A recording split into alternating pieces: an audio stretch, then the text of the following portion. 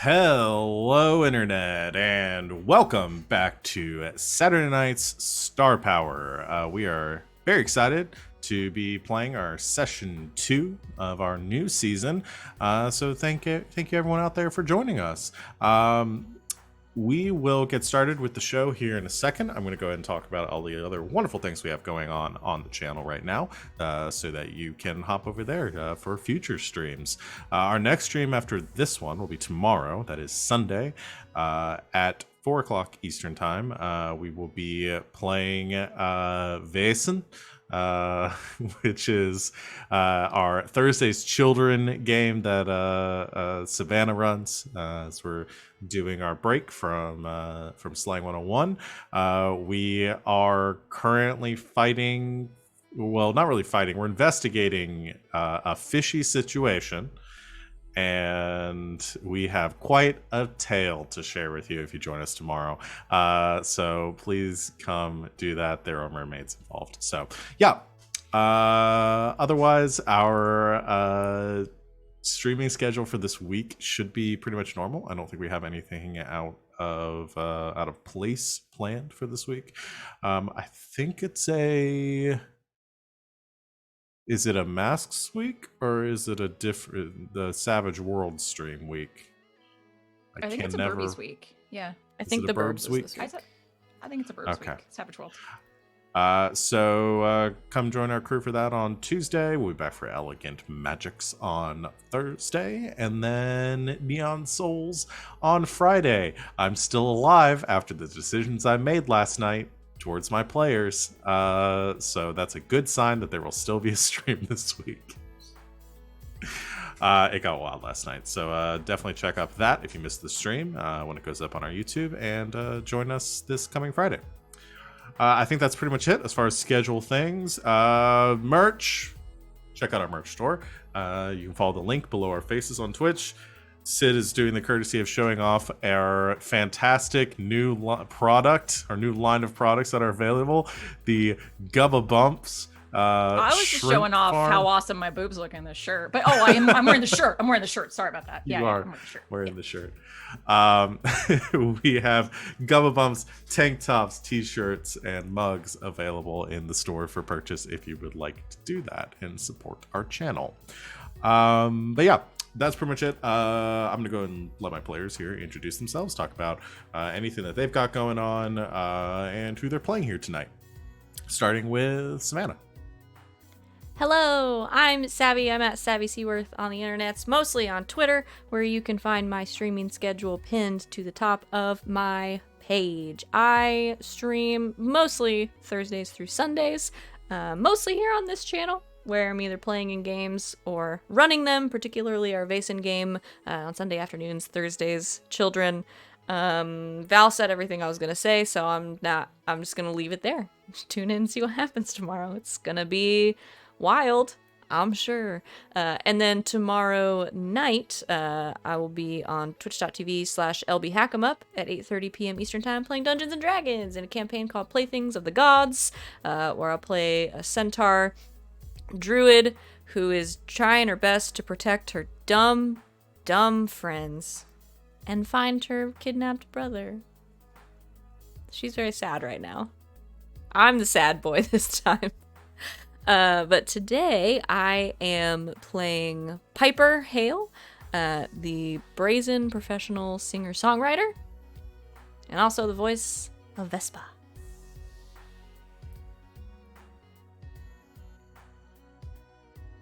Right, that's me. Speaking of sad boys, hey everybody, I'm RJ. You can catch me at RJustice282 on Twitter and Twitch, where I tweet about nerdy things in my life and sometimes stream with my friends.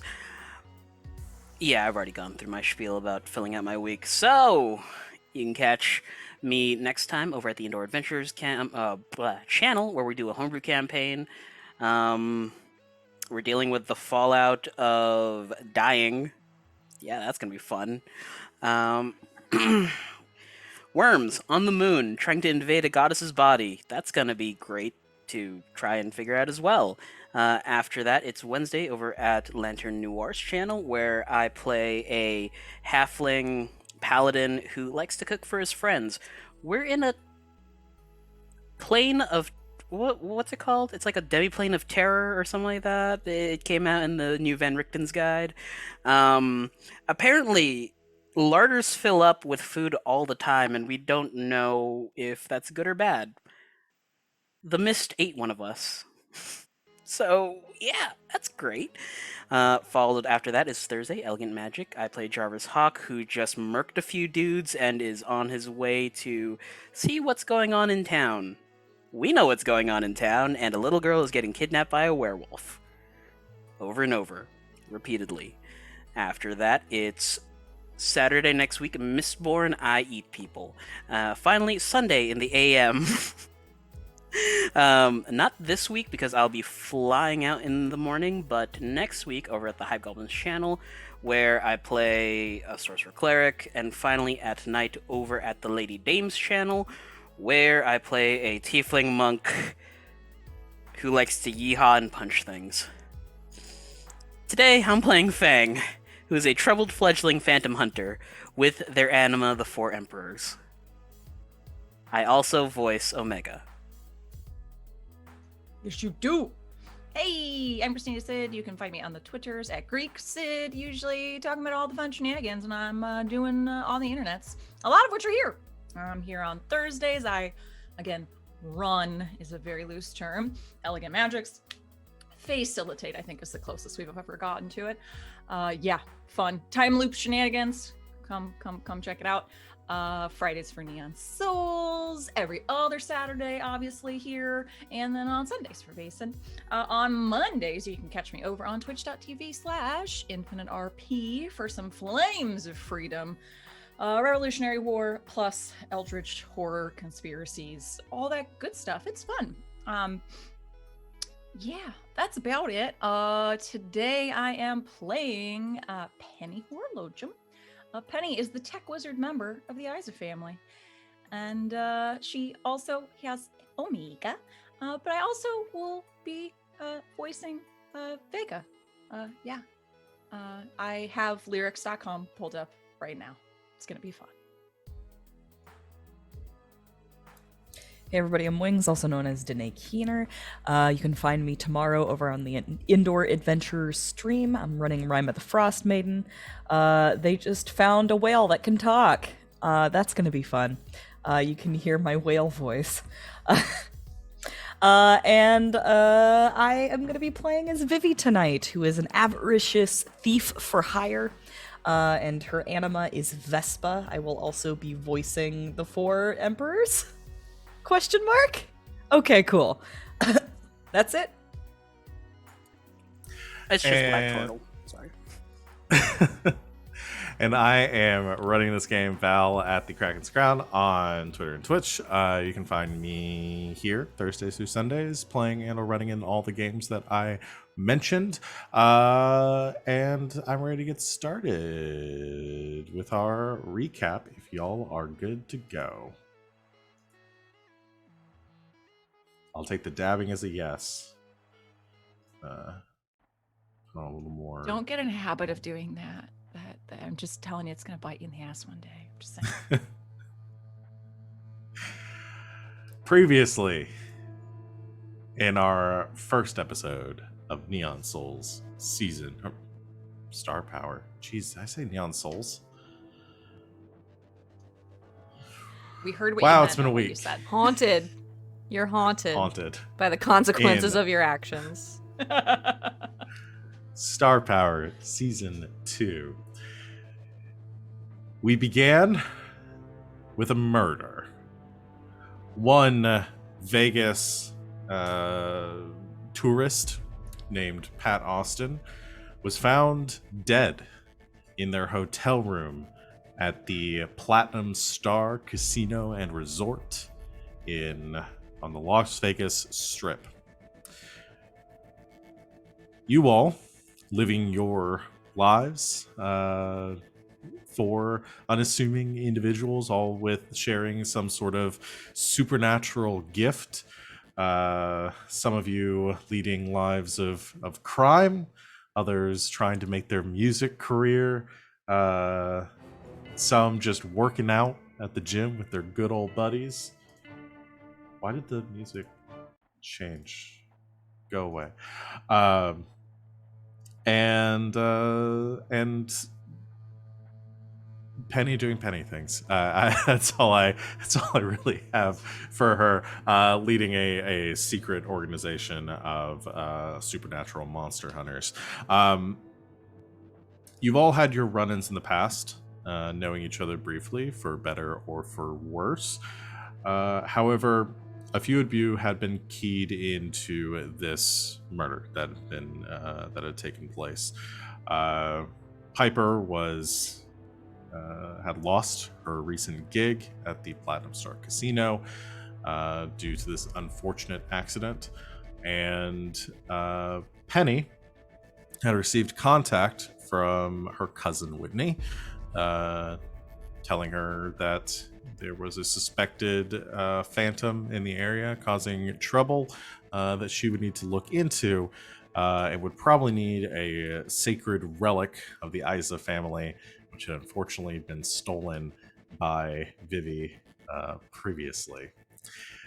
Vivi was attempting to fence this item, but had received a call from Piper convincing her to do the right thing and to return it. Vivi did not make any new friends, deciding to renege on this deal, backing out of a sale with one Stephanie, who we have yet to meet this season, but we are very aware of as a cast, and returned it, or tried to return it quietly to the Isa family estate, where she was found out by Uncle Victor, Penny's uncle, Jimmy. Jimmy Buffett stan, as I have in my notes, who attacked her with his anima. She was able to escape, but not without detection, bringing all of you kind of together. Vivi went off to do her own thing after committing her reverse crime, anti-crime, and Feng, Penny, and Piper went to the Platinum Star Casino to look into this to the murder. You met a security officer working for Wormhole at the Platinum Star named Dave. Gave you some security footage, which you watched and were able to see something that the police officers nor the security personnel at the casino were able to see, but a phantom Elvis stalking Pat just before the murder and entering their room.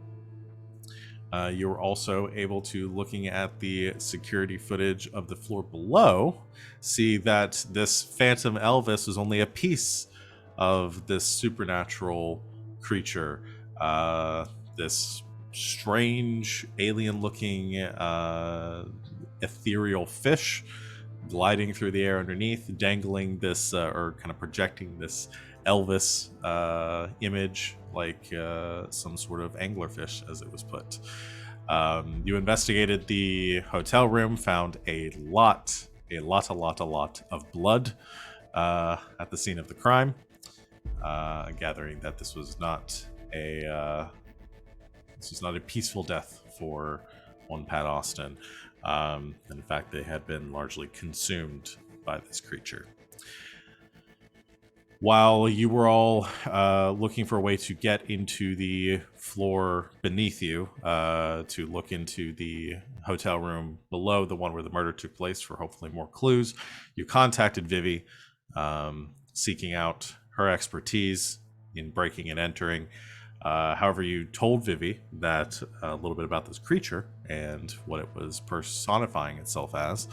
And Vivi, having received a phone call from a fence contact of hers named Jackie, that she had noticed a strange Elvis stalker following her on her way to dinner, quickly made a phone call over to the fence, tried to warn her of what was going on before presumably heading to the casino. And that's where we're picking up our session for today.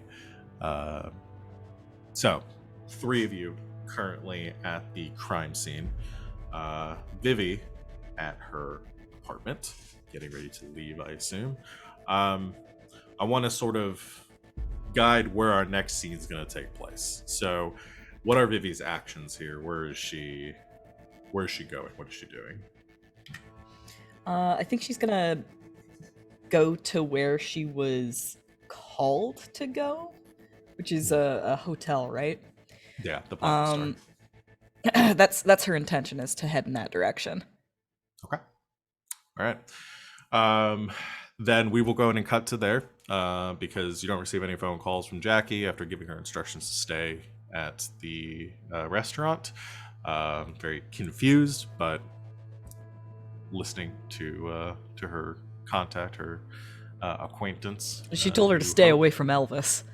Yeah, That's all she said. You can go Yeah. wherever you want, just stay away from Elvis. which is hard to do in Vegas. You get to the Platinum Star Casino. I'm just good. We'll cut through the getting up to the room because I'm guessing that. Well, actually, that's the question. Are you going in through the front door, or are you just breaking in through the exterior window of the hotel room you've been told to get into? She's gonna like. I'm gonna say that she's gonna like stop across the street from the hotel, and she's gonna like call Piper. Hello? Hey, I'm here. What do you need?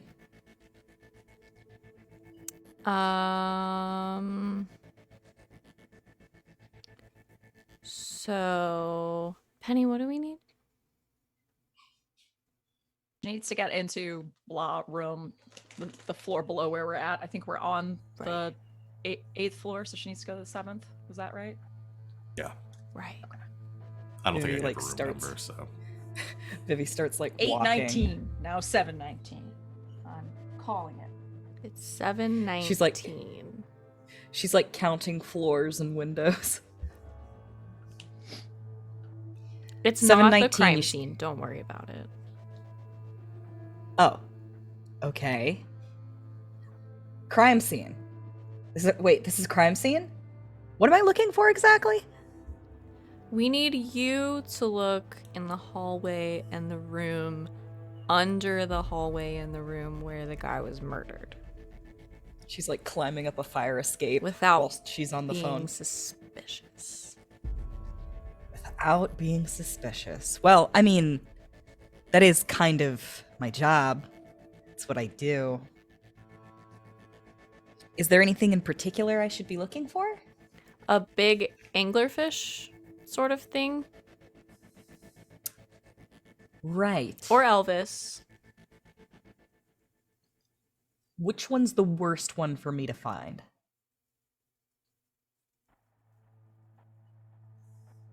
I don't know. But the fish is controlling Elvis. I see.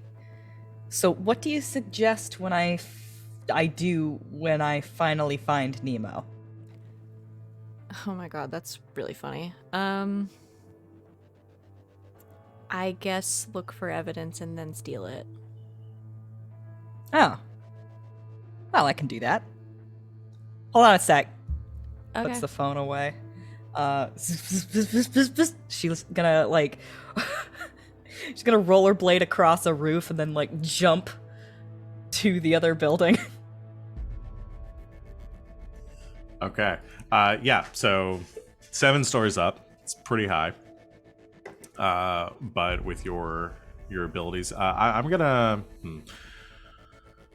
Yeah, I am gonna have you.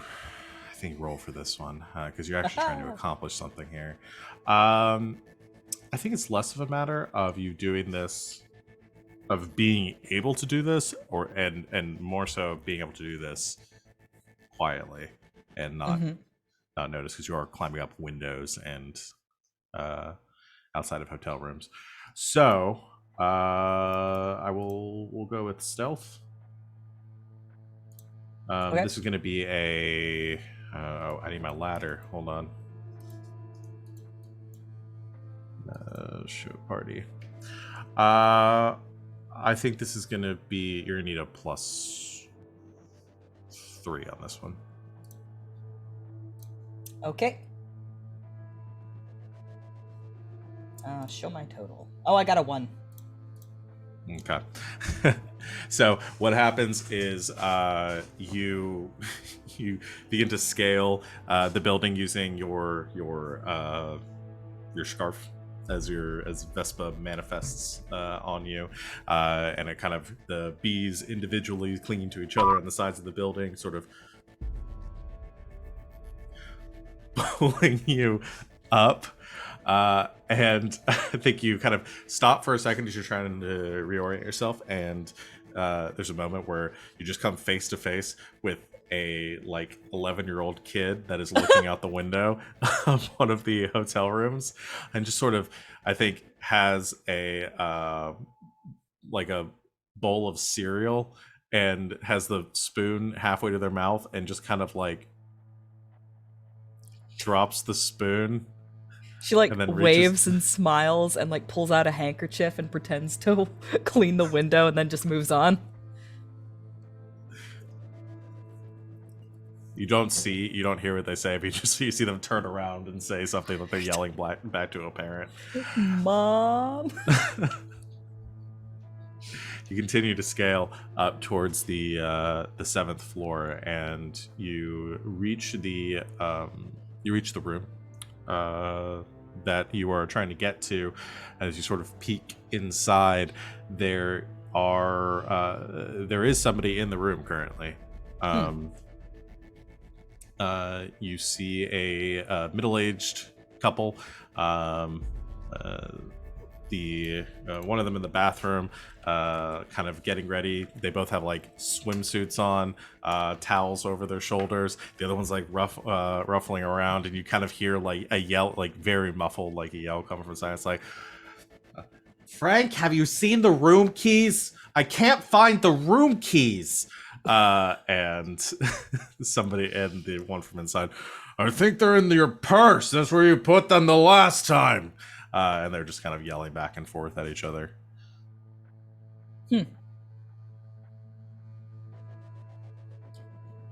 I'm gonna wait for them to leave. Okay. As you pause and wait for a bit, this probably takes a few minutes, as there's a lot of back and forth there, until finally one of them finds the room key, and the two of them go to leave. The door closes, and you are alone at the window. All right. Assuming there's a way to open the window, I'm going to do that and get in.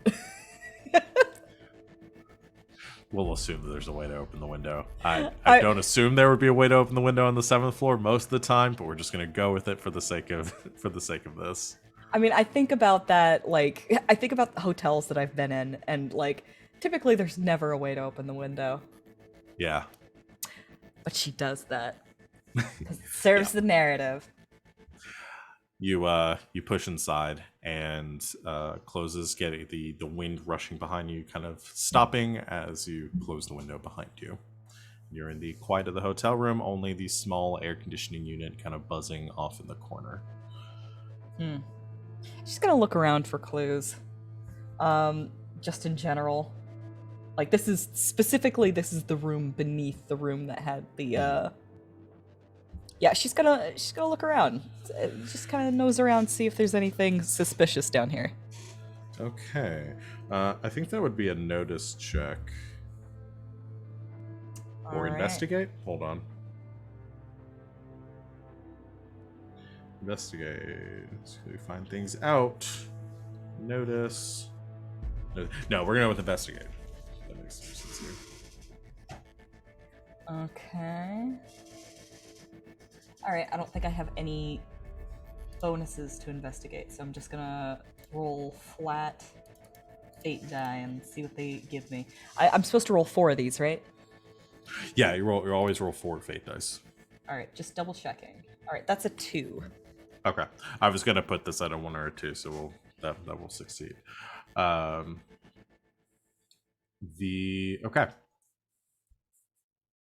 You begin to look around the room. You can tell that, obviously, you're trying to look past all the items and the belongings of the people that live here.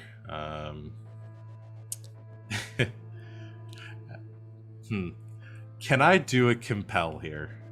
Oh. Is there? I'm assuming there's something valuable here. There's a lot. Yeah, I mean, there's the jewelry. There's I'm gonna say that Earl left his wallet on Oh. the nightstand. Um, there's like a MacBook sitting on the edge of the bed. Yeah, there's some valuable things in here. I think that her hand has a tendency to wander. When she comes out of there, she'll have like a pair of expensive sunglasses on her forehead that weren't there before, and she will just be tucking away some jewelry into her pocket. Okay. Like enough that like stuff that like you could justify going missing. Like if a laptop goes missing, it was definitely stolen. But like jewelry goes missing and it's like, oh, it fell between the cushions or something somewhere and we just didn't notice. Okay. She puts it in her pocket, which starts going, Vivi. Oh, yeah. She pulls that back out and she says, yeah, there's nothing weird in here. Really? Well, not that I can see. Damn.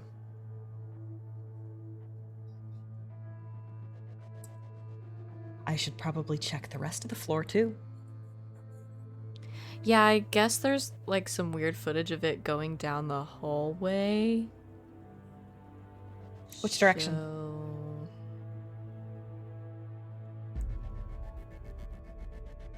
Which way? A direction. North. North. North. Penny, which... Oh, Hold on. Got a compass on here. North.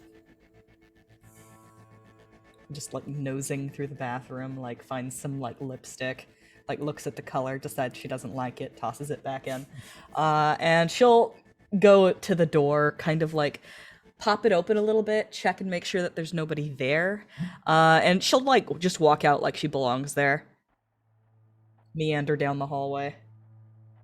Okay. While this is happening, Penny, do you have like does Penny have like a walkie-talkie or something she uses to stay in contact with the employees? I would assume that when you came in and are moving around the hotel, Dave they've got probably push to gave talk. you. They got push Yeah. to talk, 100%. Yeah. So they'll come through on their phone. So I think there's a beep beep on the phone, and Dave comes through and says,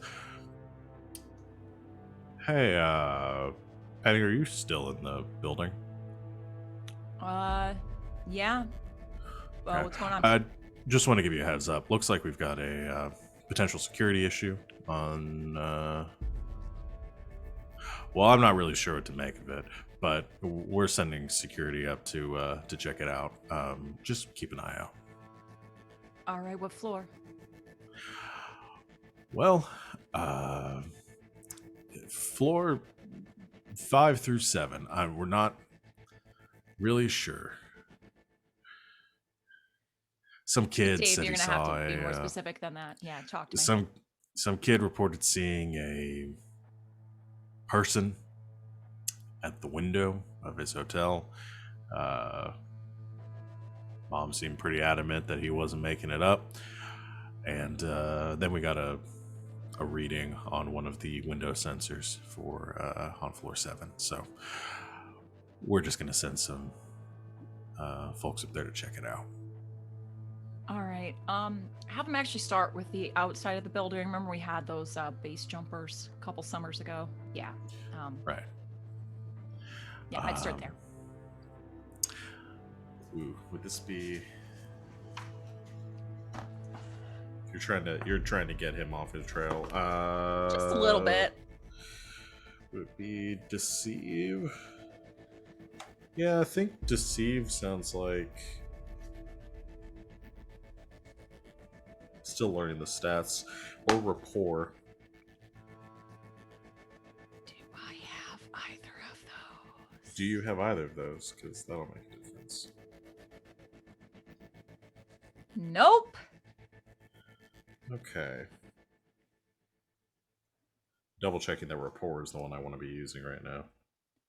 Except I can't spell rapport, so I can't find it. All right. RAPPORT. Yes. Thank you. All right. Okay. I hate Yeah, to either do one this. of those won't matter. I hate to do this right now. It seems useless, but I'm going to. I don't care. I'm gonna use a stunt. I'm gonna use I read about that. You know, Okay.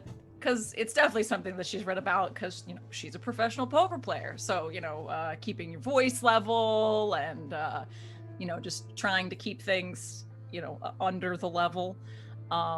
So yeah, if you've read hundreds of thousands of books on a wide variety of topics, you can spend a fate point to use lore in place of any other skill for one roller exchange. Okay. Yeah. All right.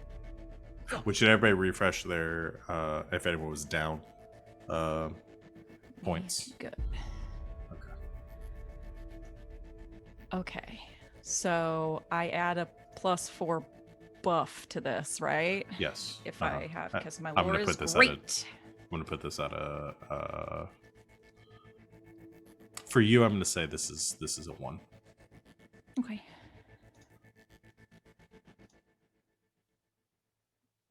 Oh, did I roll the right thing? Nope, I rolled a fate die. That was dumb. Did it? That's what you need to roll. You just need to roll Okay. 4 of them. Oh, yeah, right. Let's try that one more time. Okay, so that's a 4, I guess. Okay. Yeah. Yeah. You succeed with 3 shifts. So Dave says, "You know what? That probably makes a lot more sense. Yeah, I'll we'll do a sweep of the side of the building, and I'll reroute them up to the roof, in case anybody's dangling off the side. Have them go up there on the double, actually, because just liability wise, I don't think we can have another one of those yahoos jumping off the roof. So Yeah. All right. I'll get over to them. Thanks. thanks. Click. Turn clicks on push to talk.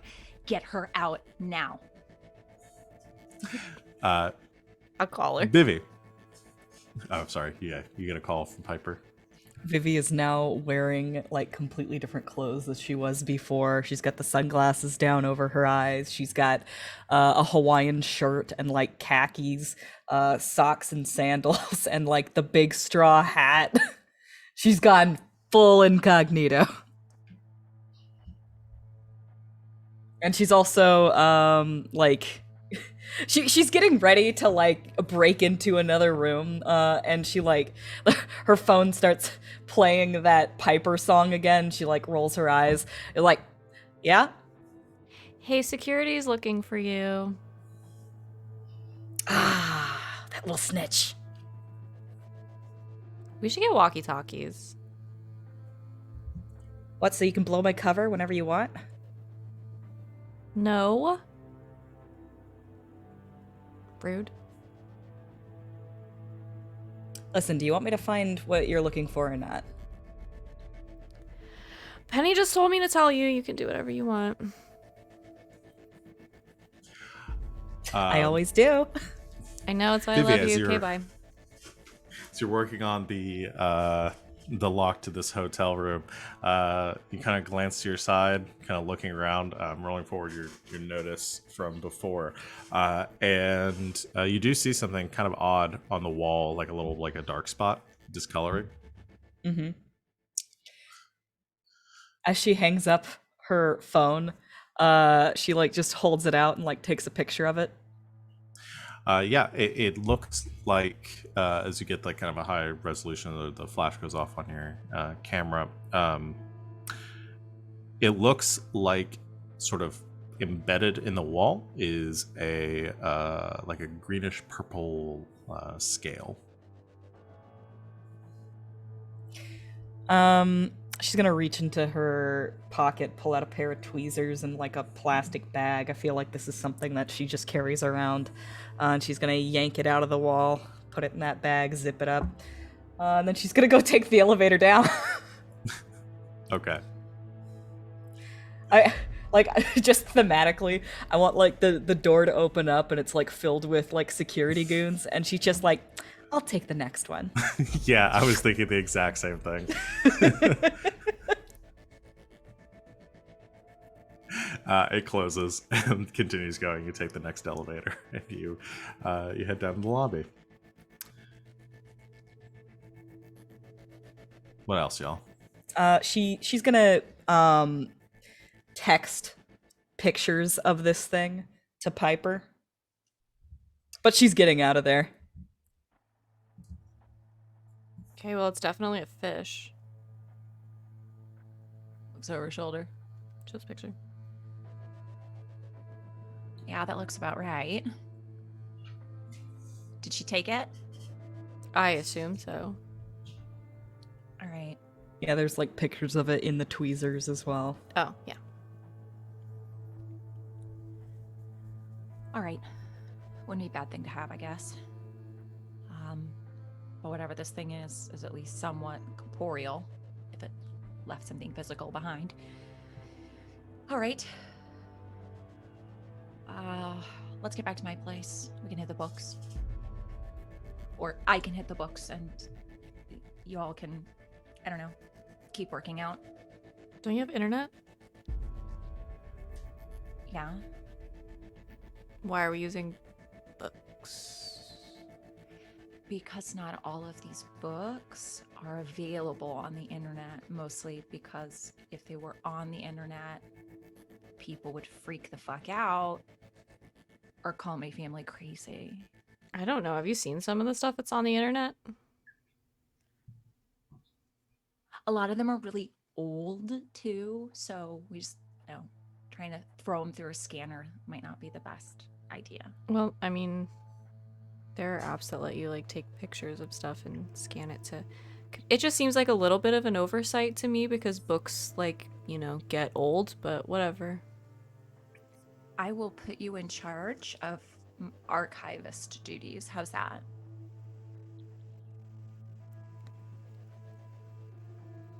Yay.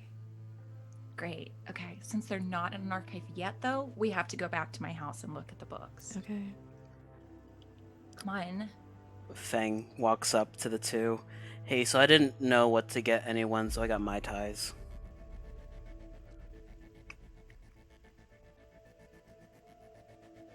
Fine, it's my cheat day. Thank you. Where's Vivi? I got her Bring one. it to go. It's fine. But these are the hotel's glass. Okay. Penny basically owns the hotel. I don't.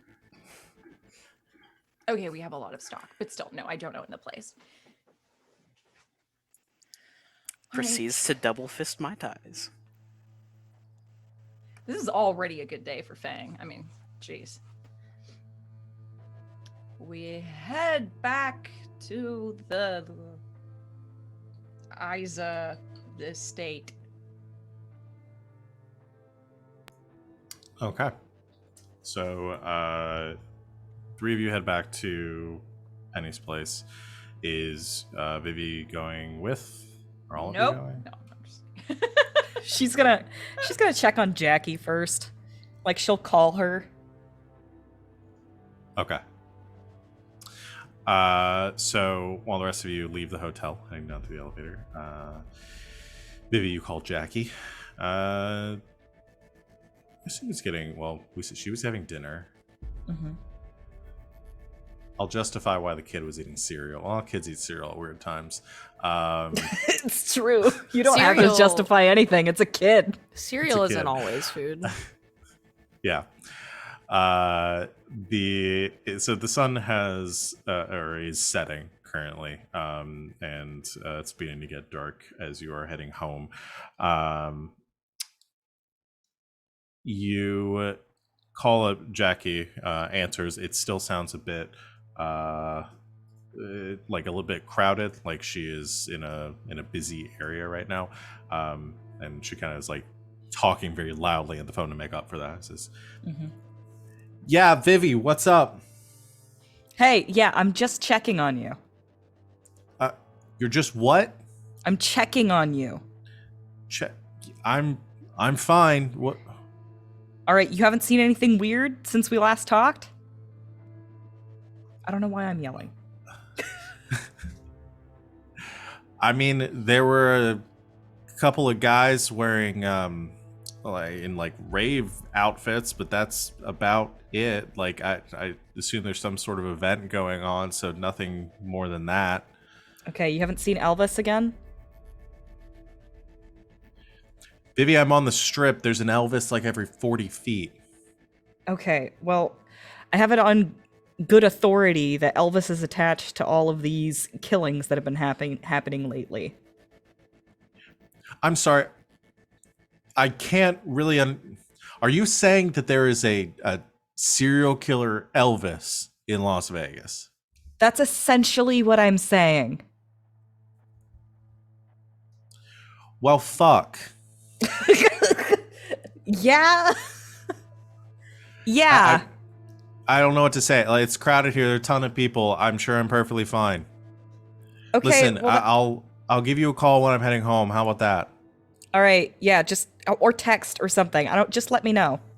Okay. Yeah, that's fine. Thanks for calling. I'm good though. You're a good. You're a good fence, Jackie. I don't want to get rid of you. Okay. Yeah. I'll keep an eye out for chainsaw wielding Elvises. Beep. She'll send a text to Piper and say, "Where should I?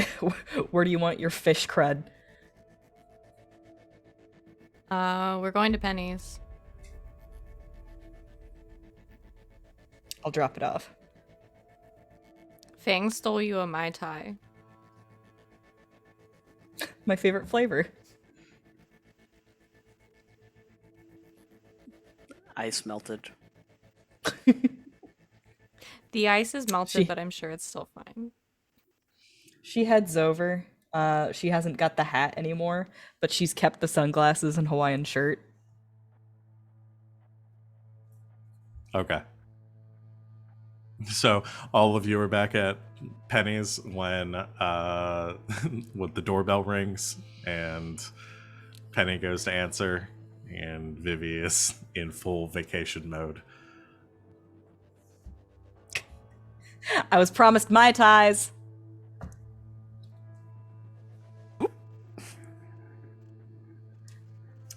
Does a trade. Uh, Give it to me. there you go. It's bigger than I thought. All right. Yeah. If I let you inside, will you not steal anything in here? She she's still got the sunglasses like completely down. She kind of like leans her head in and looks around. And she shrugs. I'm distracted by this Mai Tai. Then we better research before you finish. Get in here. Strolls in. To Penny, the sweetie, library! you shouldn't grind your teeth so much. It's bad for your jaw.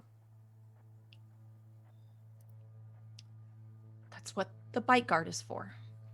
Come on. Nerd.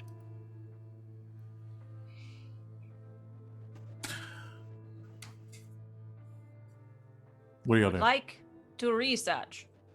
Research? Okay. Well, So do a how are little, we I guess. so you're consulting your records here. Yeef. For Would that any be a lore, or would that be investigate? Would be like looking at a scene, right? Would this would lore be lore. qualify for? Okay, cool. Yeah. I think lore makes sense. I'm gonna learn all these what all these are eventually. One day we'll be so good at this Uh, game. We'll be yeah. so good at this game. Yeah, I think Alright. lore makes sense. Sweet. This is more so I think what you're more doing here is you're creating an advantage with lore. So you're trying to learn information about this creature so that you can invoke that later for a benefit. Okay. Got a 5. All right. So, I'm going to give you a little bit, but I also want this to be more collaborative. So I'm going to kind of reach out to you all to see if there's anything you want to build off of here. This is where I'm basically going. Is you begin to look into through most of your research and encounters with phantoms and these beings, is that by and large, ones of this level are not unique. There are multiples of them. They tend to have pretty similar physiology. They can be categorized. It's once you get into like the A tiers, especially phantoms, that where you get like very specialized, like highly evolved creatures that are more developed and have more like distinct MOs. With something like this, as you have classified a guest, it is around a D tier. You find a pretty significant amount of lore on these sort of devourer phantoms, especially looking into some of the physiology of it and the way it kind of operates. There's a lot of names that these sort of beings have been given over the years. The ones that have been kind of worked into mythology. In Egyptian mythology, they refer to this being as Amit or Amut, sort of like a demon creature that would devour the hearts weighed by Anubis and give sort of consume the souls along with it. In Nordic mythology, they were sort of these myths, and these creatures have been more bastardized into some sort of singular entity referred to as Jormungandr. This just insatiable devouring, consuming the souls and the worlds of those of mortal kind. So with this mythology and stuff in mind, as well as there's a couple of other probably stories and myths and stuff that you pull up along the way, I'd be interested to see what ideas that y'all have for some sort of something you come across, a weakness, something you can exploit, creating a sort of an advantage for yourselves. Feng heads over to the fish gunk, and he's going to mull something over in his head before trying to focus in on it. If he could familiarize himself with the malice, maybe it would help them track down the Elvis impersonator. So more using this to kind of hone in on some sort of psychic like energy signature that you could use to try to like find if they go to an Elvis convention, he can try and use the key reading to that's him. You know how like in the new Fast and Furious movie they can track people based on their biometrics using a satellite somehow? Is that a thing? It's like Oh my that. God. 9. We watched this movie like on Wednesday, and yes, That's a it was that thing. and magnets were pretty much the whole plot. Alrighty. That's how I'm imagining it. That's terrifying. And I believe every problem can be solved with magnets now. Are we spitballing any potential weaknesses here? Yeah, so I think what Fang is doing, I like that. I think I want to do that more as a separate thing from this. Okay. But yes, so spitballing any sort of aspect that we could add to this creature. Okay. Well, I think mechanically, technically, you could spend a fate point to decide like a story thing, right? Would this fall under that umbrella? I think this would be along the same lines of that. I think what I'm going to say is because of the success of the check, I will waive the fate point here and let y'all do that. Well, I've got a couple of nerd facts about anglerfish in general. Yeah. Fish facts. Fish facts. Fish facts. If anyone is, I'll spitball a couple of things. For one thing, every anglerfish that you see, is a lady anglerfish because male anglerfish are born much smaller, and their only purpose is to find a female and then attach themselves to her. And then like their mouth melts and then they just turn into a pair of gonads that she can use whenever she needs them. So like possibly like the idea that they can merge together and become larger, or that like like the mind of the phantom is actually attached to a wart on its side or something along those lines. That's a possibility. If we want to go slightly more mainstream, it's sensitive to light. I like that idea because then this phantom could potentially get more dangerous the more other devourers it collects. Yeah. So it's rhinestones on the suit, baby. So is it like, so the idea that it's like kind of doing the reverse of like the male attaching to the female's going out and literally eating things, and as it does, it's So just it's getting it's bigger? not just eating people, it's eating phantoms. Piper's not helping, but is in the background singing Maneater. Only come out at night. I'm down for that. Yeah.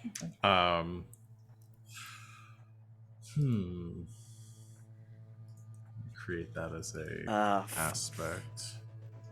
I fucking What? hate this because I listened to the Magnus Archives the other night, and just the phrase "Can I have a cigarette?" comes through my head. The first episode of Magnus Archives is called Anglerfish. Oh god. And it strikes a very similar chord to all of this. Can we do something along the lines of like this thing being such a predator that like when it comes out to hunt, it doesn't even comprehend the concept that something else might be hunting it, and maybe we could like use that against it in some way. So like when it's in hunt mode, it's less likely to notice that someone's trying to follow it. Single-minded hunter. Mm-hmm. Yeah, no, I think that could also work too. I think I like the lore of this, and we're gonna keep that as part of the lore with the with what Danae added there. I think that is probably more exploitable. What I will say that you did touch on. So here's what I'm gonna offer. So we'll bring up back the fate point thing. I'll come back around on this too. So I had a weakness that I think as part of that I had already on the sheet that I think I will clue you in on, that you'll be aware of based on the lore check. And if you want to add this additional one, then someone can spend a fate point for that. Because it does have the aspect blinded by the light. Lit up like a douche, another rumor in the night. Which I know isn't an Elvis, but It's fine. It worked. So if we want to add an additional aspect for this like single-minded hunter, I do like that though. I so desperately want it to be called Rhinestone Cowboy instead. But that's just me personally. Can we just Which put that one? in? Can we just The put that blinded by in? the light? Either one. Can we just put that in parentheses somewhere? Yeah, sure. I'll add that. So good. Okay, I'm adding single-minded hunter to the list. I'll put Rhinestone Cowboys on this sheet. The fact that it becomes stronger the more phantoms it's consumed. The bigger fish. The bigger fish. It is the bigger fish. Jailhouse Rock. Oh god. Oh, we're getting off the rails very quick. So yeah, we've added that. So you have that you can exploit. I will copy and paste those over onto Ooh. the aspect list so you can see them. I had a really dark idea. Oh? The more Class D devourers attach itself to one another, the more this particular phantom becomes hungry. And so I want to add the aspect voracious and messy. Too many The mouths bigger to it feed. gets. Yeah. Many mouths to feed. Oh, I So hate it has to that. continuously keep eating, and it'll get more brazen Yeah. as it gets bigger.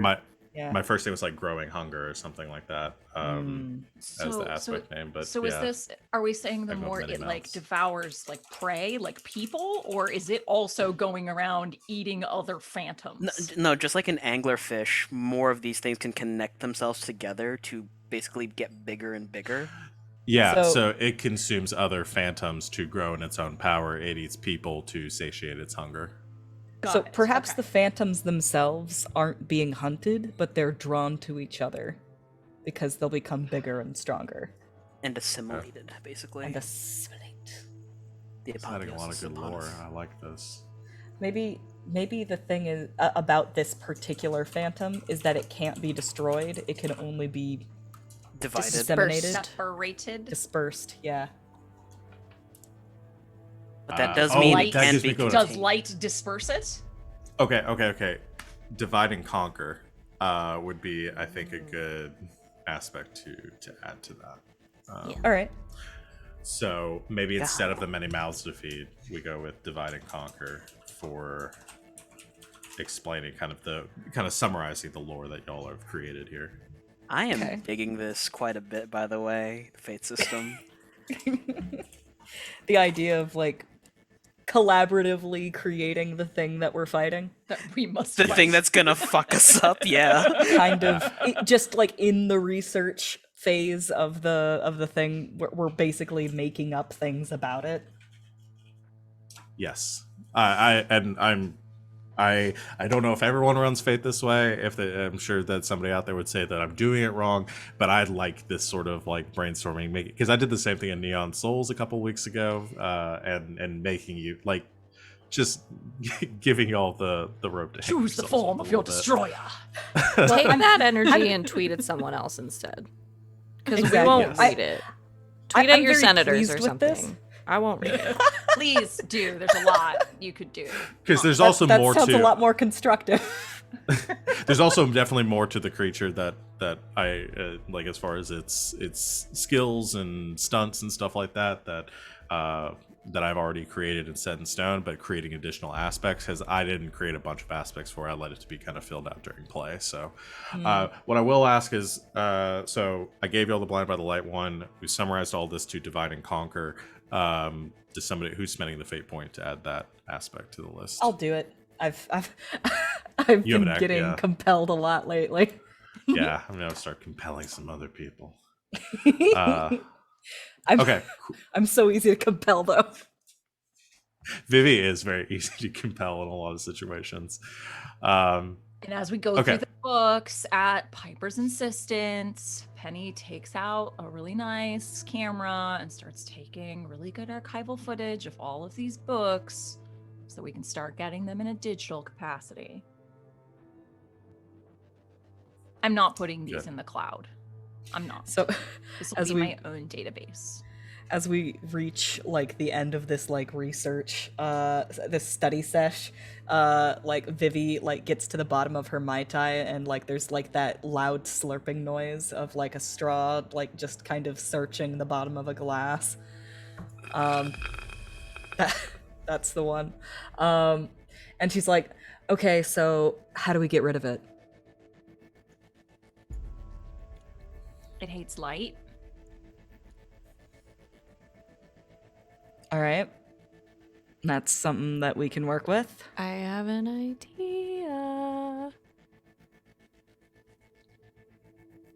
Shoot. Okay, so my gig at the casino got rescheduled for next week, right? We can lure the thing to the area. It's already used this place as a hunting ground, right? It shouldn't be that hard to get it to come back. Boom, light show. Done. I've been But using it a lot seems of like laser lights lately. But We'll go easy on the fog cloud. Or the fog I guess machine. the question is, it seems like it was like stalking it was stalking its prey. Like the person like told their friends that they, that whole thing. So how are we gonna lure it there? I mean, maybe it already has like something it's stalking. Use me So as how do we bait. get that? I'm exceptionally stalkable.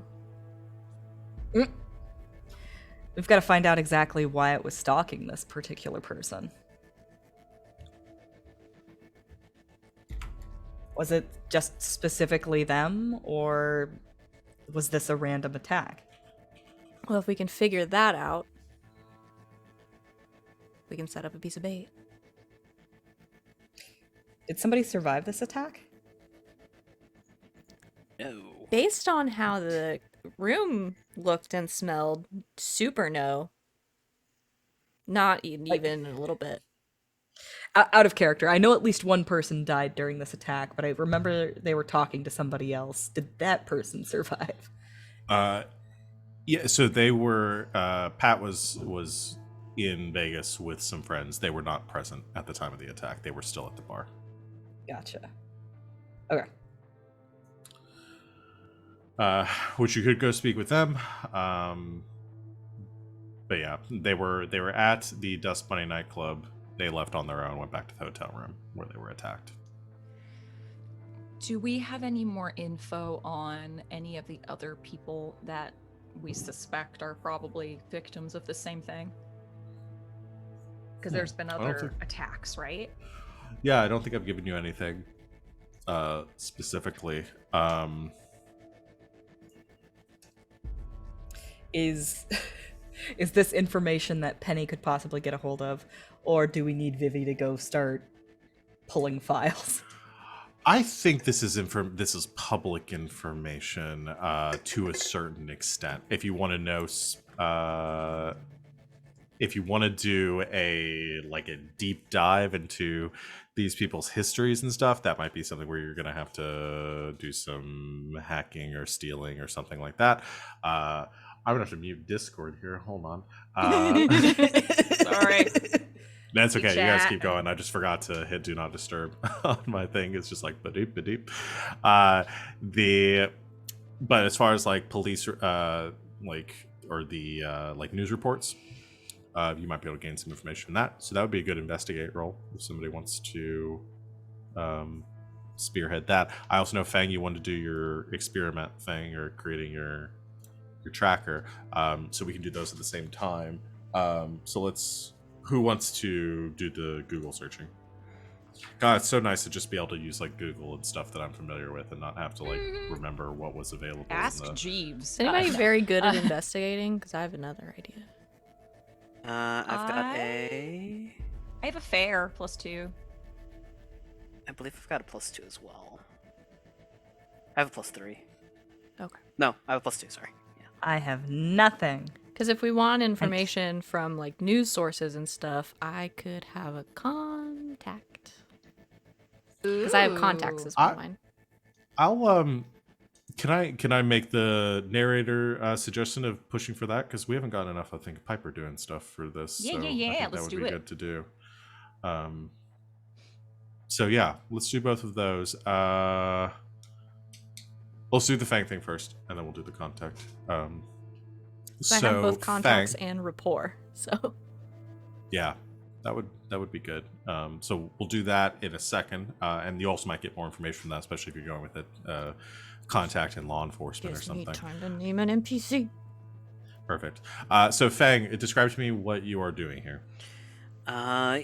Basically concentrating and trying to tap into that power that he had from the room to familiarize himself with the aura on this fish gunk. Okay. What would this be? We used investigate last time. Okay. Yeah, because I was also like crafting. If you're trying to create something, but because you're trying to essentially create some sort or based on what I'm understanding here, you can correct me, is you are trying to understand the aura of this thing even to like a deeper level so you can track it from like a distance. Correct. Correct. Okay. So yeah, crafting probably isn't what we're looking for here. Then I think investigate Okay. would work. 2, 3, 4.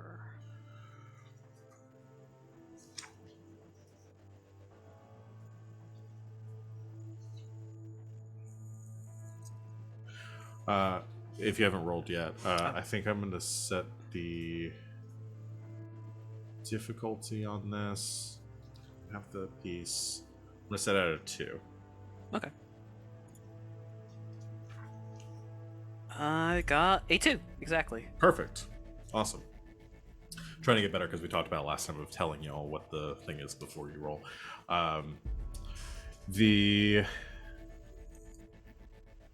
So you already kind of like you have that taste in your mouth, that feeling in the back of your head from your prior. Are you manifesting the 4 emperors for this too?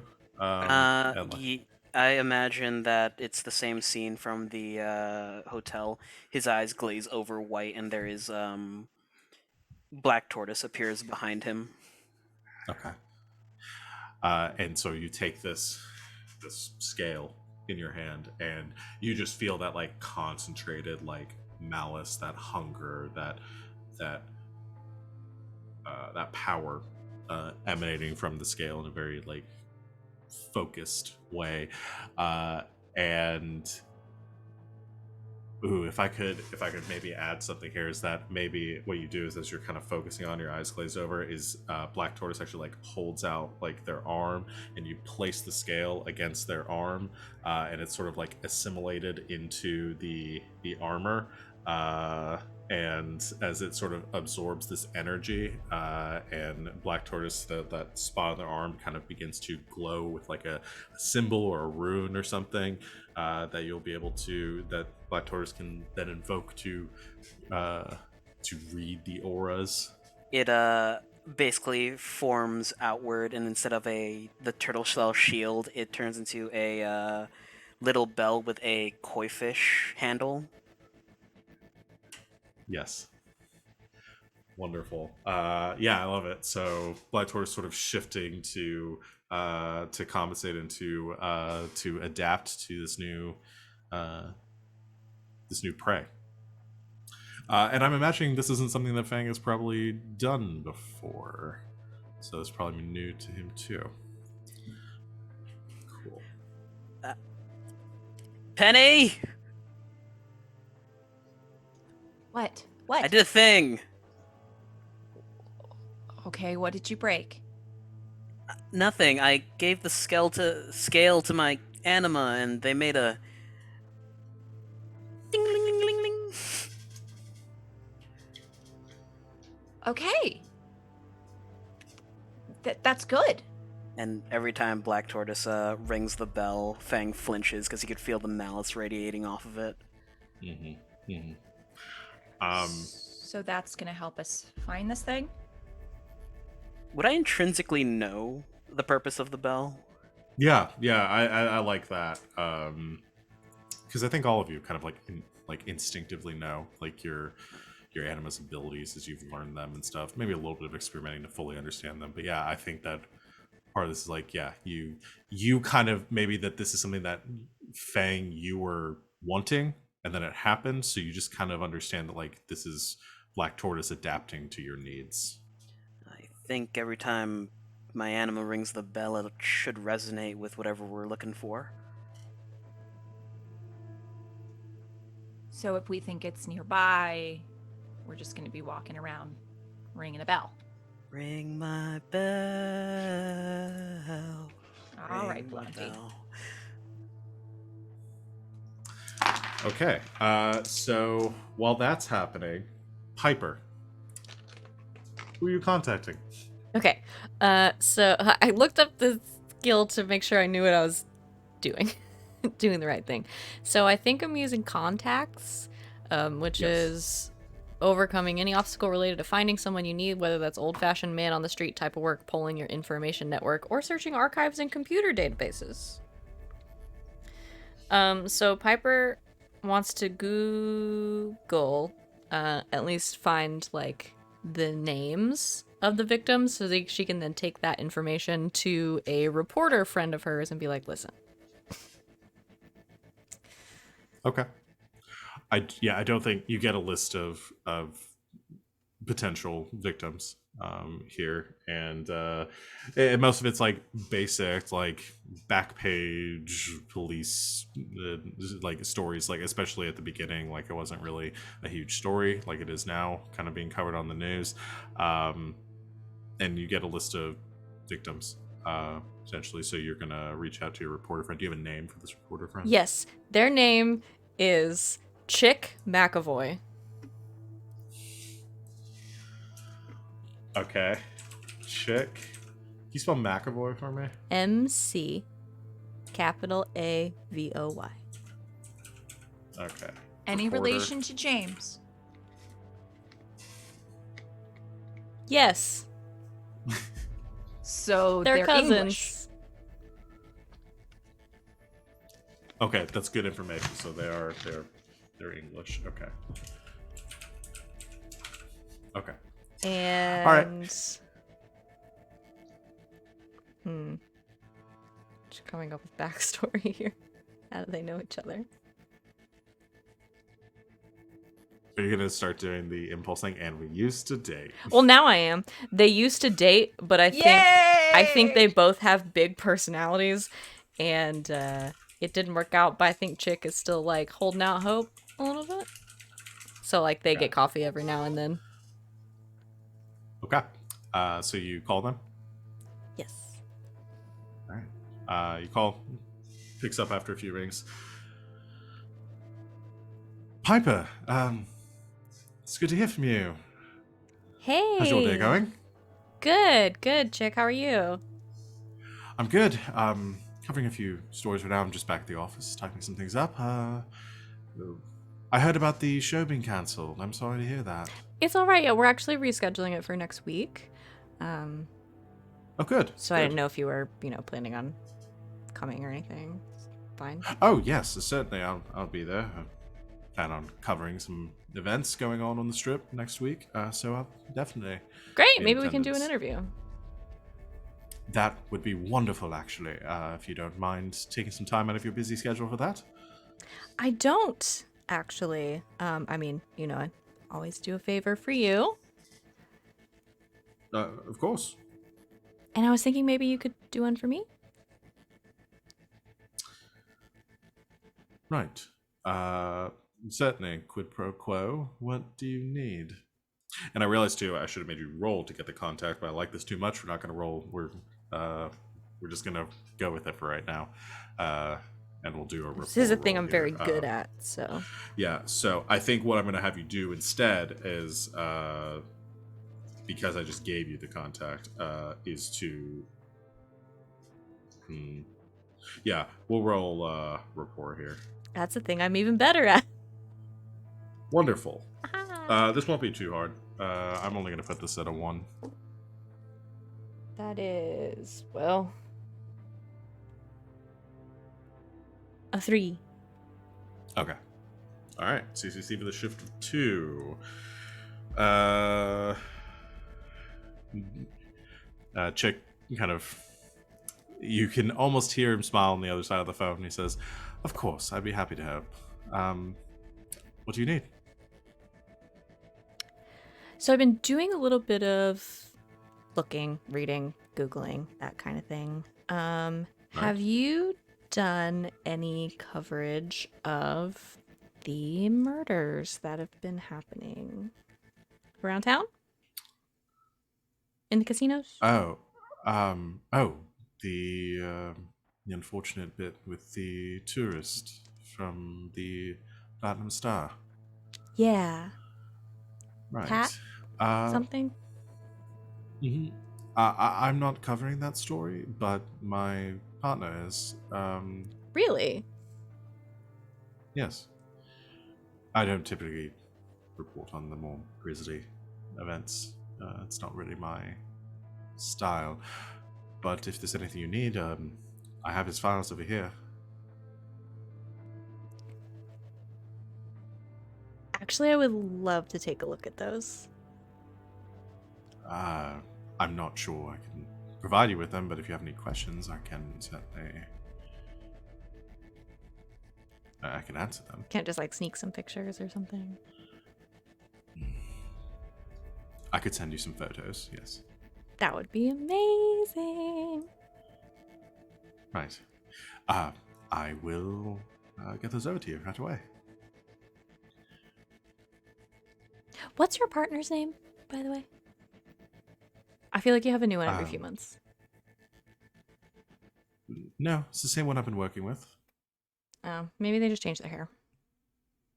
No, Mac.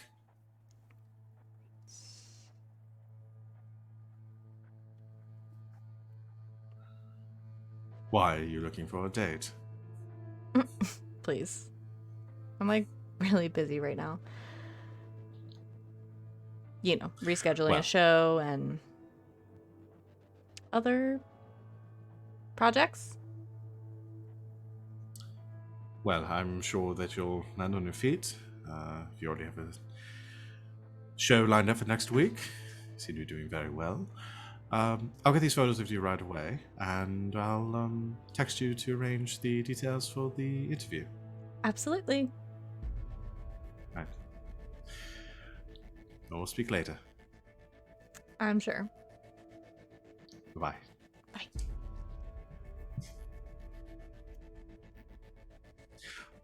Partner at the paper. Got it. Partner I doesn't always Yeah. mean romantic partner. I know. It was just, I wasn't sure. I was just checking. Hashtag Now I have ship to add captain. them. No, Piper's just dumb. Okay. Chick and Mac. Sounds like a Mhm. great buddy cop something that Yeah. I need. Or a new restaurant that specializes in specialty mac and cheese. Yes.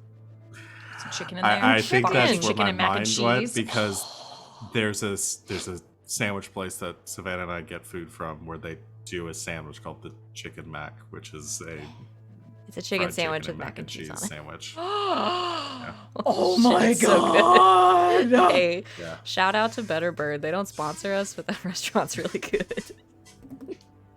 It's very good.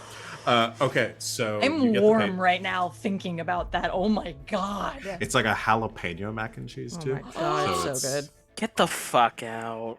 Yeah. Stop hungry. it! Stop! I'm just coming down there now. I'll be there in 18 hours, and we're going there. And Oh it's my not even God. that bad, so their whole deal. Okay, I guess I'm talking about this. We'll They talk air about they this air later. fry all their chicken is the thing. So Let's go. I'm sorry, Val. Continue. I'm really hungry now. I'm hungry info too. coming your way. Okay, so you get the photos from from Chick, and there are a few of them are. It's mostly like notes, like handwritten notes that Mac was taking, and there are a couple of like clippings and things along the way. You look over the information. We're gonna speed this along. I'm not gonna make you roll to investigate through the info there. I assume all of you can read. You pretty much all the victims were tourists. There are a couple of locals also in the mix that weren't necessarily that weren't killed at the hotels, but those didn't make the news as much. There just wasn't as much coverage on them. Big events happen in the hotels, more press because more people are affected by it. What you do notice is that they all seem, and what Max seems to be picking up on in his notes, is that they all seem to be happening on a certain area of the strip. And Max seems to have some notes on some interviews that all of them had been before the murder had been either out eating or drinking or kind of moving around the strip. And there are a couple of bars that all of them had visited within the 24 hours leading up to their murder. And you get the names of some of those bars, one of which is the Dust Bunny nightclub.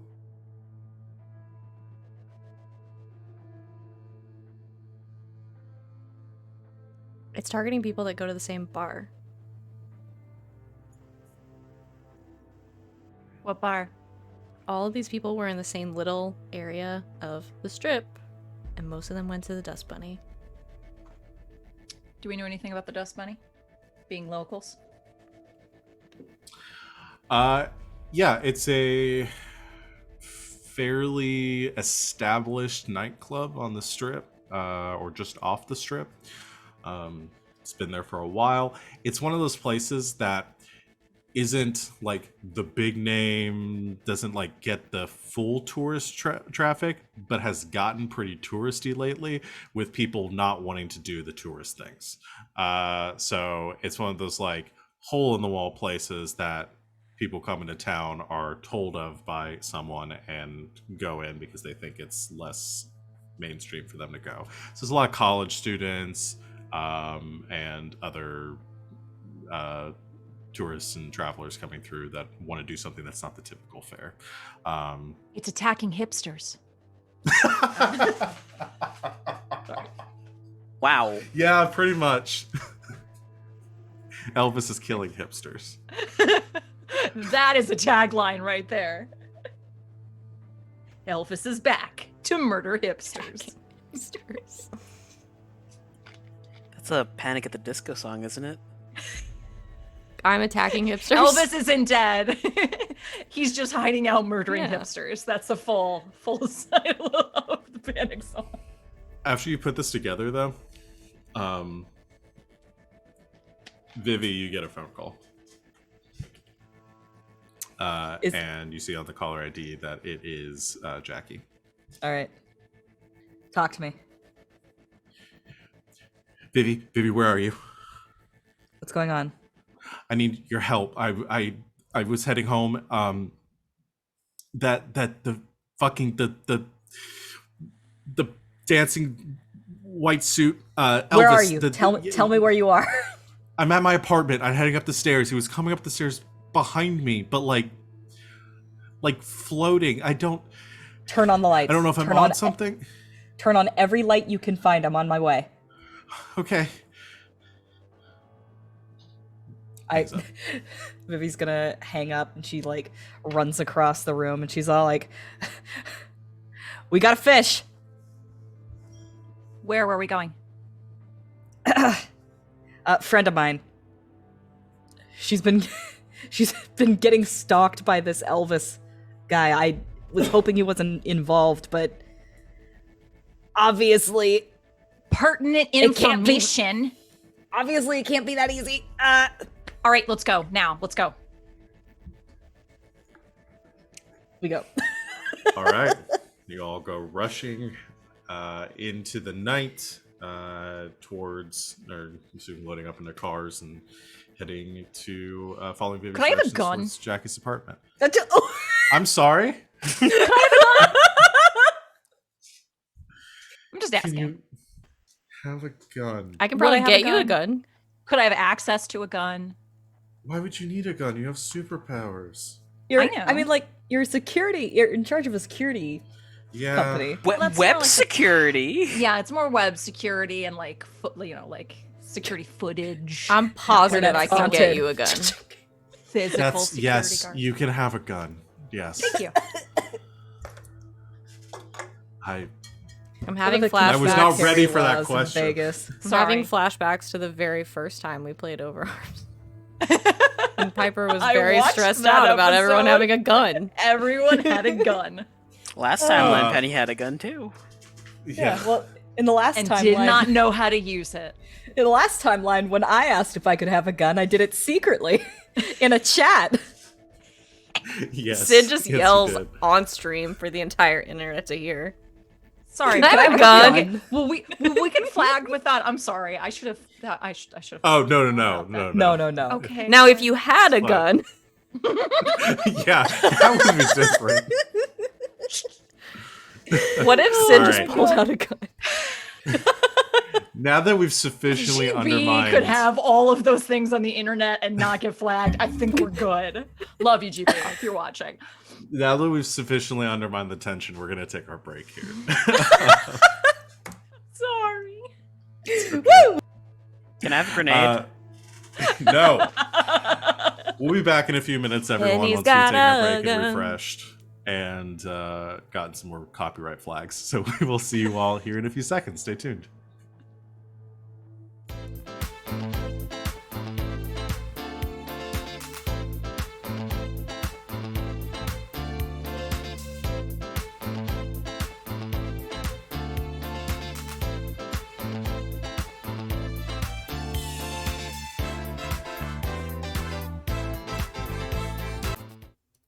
Hello, Internet. We are back from our break and refreshed and ready to get back to it. So, you all have come to a screeching halt in front of Jackie's apartment building that Vivi has taken you to. Yes? May I say, possibly, given that we are a web securities company and maybe we like do the installs as well of stuff, that we might have a work van of some kind, and that's what we drove up in, because the work van could have some of those really great, very bright work lights in the back to brighten things up while doing outdoor installs. Okay, sure. Yes. I'll allow it. Yeah. So in the wormhole work van come screeching to a halt, double parking in front of the apartment complex, lights blasting in all directions. The four of you come rushing out of the car. Are you all just storming into the apartment building? I'm gonna throw one of these work lights over my shoulder and yeah, let's get the fuck in there. Yeah. I want to say that Vivi has never gone through a door in her life. She's gonna throw open the car door and immediately try and smash through the window. Okay. you so smashing through the window of like the main entrance to the apartment building? Second floor window probably. Like where is she? What floor is she on? I'm gonna say she's on the third floor. Third floor. All right. Yeah, she's gonna climb up the side of the building. Okay, so Vivi's going straight for the apartment, for Jackie's room through the window. Quickest way in is a straight line, baby. She's going. Okay. Where's everybody else going in? Everybody else going in the old-fashioned way? Great, I'll get the door. Thanks. Thank you. Okay. So, I'm gonna put on some more. I haven't used all these songs yet, so I made this playlist. This might be too dramatic.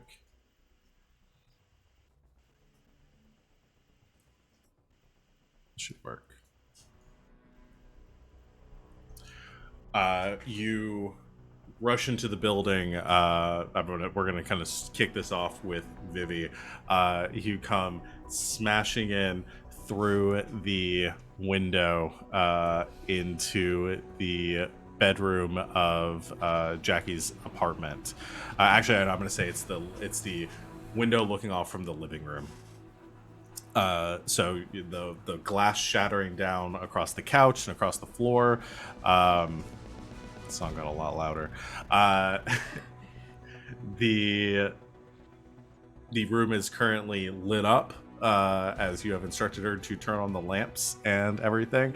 And you hear a scream as Jackie, who was kind of hiding out in like the kitchenette with a like a meat tenderizer in one hand,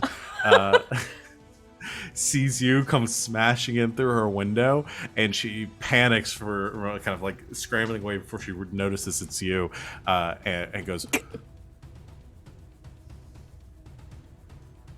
Vivi? Hi, Jackie. Tell the landlord you had a B&E. She's gonna start, like, casing the place, like, looking for danger. As you begin to kind of sweep the rooms, all the lights are on in the apartment, you not see anything, and she says, what, how did you, what are you doing here? I'm good at what I do, Jackie. That's what this is all about. All right. I assume we knock on the door now. Actually, so as this is going on, you sweep the room. You don't see anything out of the ordinary in here. The rest of you come up the stairs instead of taking the elevator. You come out into the third floor through the stairwell, and you're looking down a long hallway. And at this middle of this hallway, currently facing one of the doors, just hovering about like 2 inches off the ground, you see Elvis. I'm Okay, gonna you look shoot at that and Elvis. tell me it's not Elvis's ghost. May I shoot Elvis with Omega, please? Okay. Bang yells, "Hey, hunk of burnin' love." All right. We're going to go ahead and kick this off then. So you are using your shoot first Ask questions quick later. draw. Yes. Whatever. It's quick draw. Yes. Quick draw ability, and you quickly use it. Describe to me what you're doing with Omega. As soon as we see it down the hallway, Omega just very quickly oozes out from behind her, and then like with his arms, he almost like does one of these like bang bang, but shoots out like this bubble that as it approaches the target gets bigger and bigger. Basically want to like encapsulate the thing in a time stasis so it cannot move. I want to trap it. Okay. So you're gonna roll shoot. It's gonna roll to defend. It is going to use A 3. So I'm getting back to my sheets here, and I need to remember which skills I can defend with. My shooty is a 3. So I add the 3, right? All right. Cool. And I roll. And I got a 2. Okay. It's gonna defend with. Yeah, there's a lot. This is gonna probably move a little bit slower this time. This will get faster as I learn the rules. This is a new system for most of us, friends. Please bear with us at this time while we make sure we're playing it somewhat right. So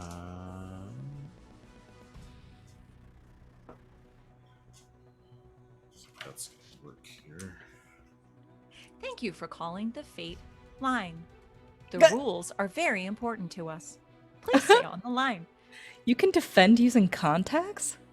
Yeah, it's only for like certain situations though. I think for this case it's just gonna be defending with fight.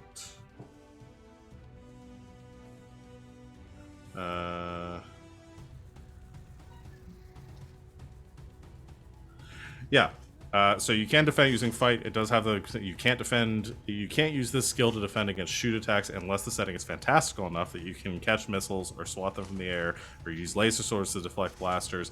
I'm going to say it's not necessarily that, but given the nature of this creature, I think its fight is going to be sufficient here. So it's going to roll that. That's going to be a 2. I also rolled a 2. Okay, I so would assume the defender wins, or I think that's a good question. We got a tie right off the bat. I don't know how that works out. I feel like there was if a you- rule for a tie. Yeah, it says if you roll the same as opposition, you tie. This means you get what you want, but at a minor cost, or you get a lesser version of what you wanted. So that's what we're gonna, because this isn't really an attack so much as it is you're more of doing a like a contest to hold it in place. So a lesser version. I don't think you get it fully in the stasis field. I think essentially what happens is the that bubble, this black sort of void, kind of encompasses the elfish or this projection, and you see its head sort of like slowly turn your direction in this stasis field, and as that happens, it just sort of dissolves away and vanishes. So it is not in the room anymore, or it's not in the hallway, but it's not captured. It's also using... Ooh, yeah, because this uses its ability, because it would be going next. Actually, it should have gone first. We're going to go with this. It's using its ability Ninja Vanish. It's stunned Ninja Vanish. To disappear. So it has the vanished boost currently. Okay. So that was Penny's turn. I believe Vivi gets to go now. You hear a commotion out in the hall, but you have Jackie in there with you currently. Does she have like long enough to like look through the peephole and watch Elvis just go like? Shoo? Yeah. I'll say you have time for that. Yeah, you look out just in time to see Elvis, who's just staring like at eye level straight through the peephole at you. You kind of like flinch for a second. You see the head slowly turn as this void begins to encompass the body, and then just vanishes away.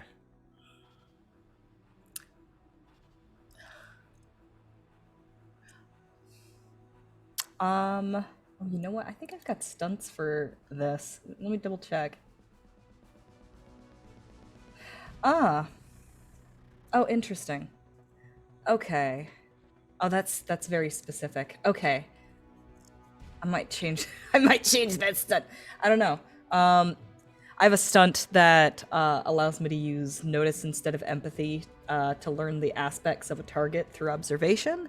That's not going to be useful to me in this situation. I think that she's going to mostly just try and ascertain the location of the Elvis. Okay, using your bees. Yeah. Okay, they're probably on notice. Or yeah. Okay. I'm willing to believe that, yeah. Yeah. Case the joint, girls. Let's do this. Show total, add a buff. It's 2. That's my notice. Confirm and roll. That's a 2. Okay. It's defending against your notice with its stealth.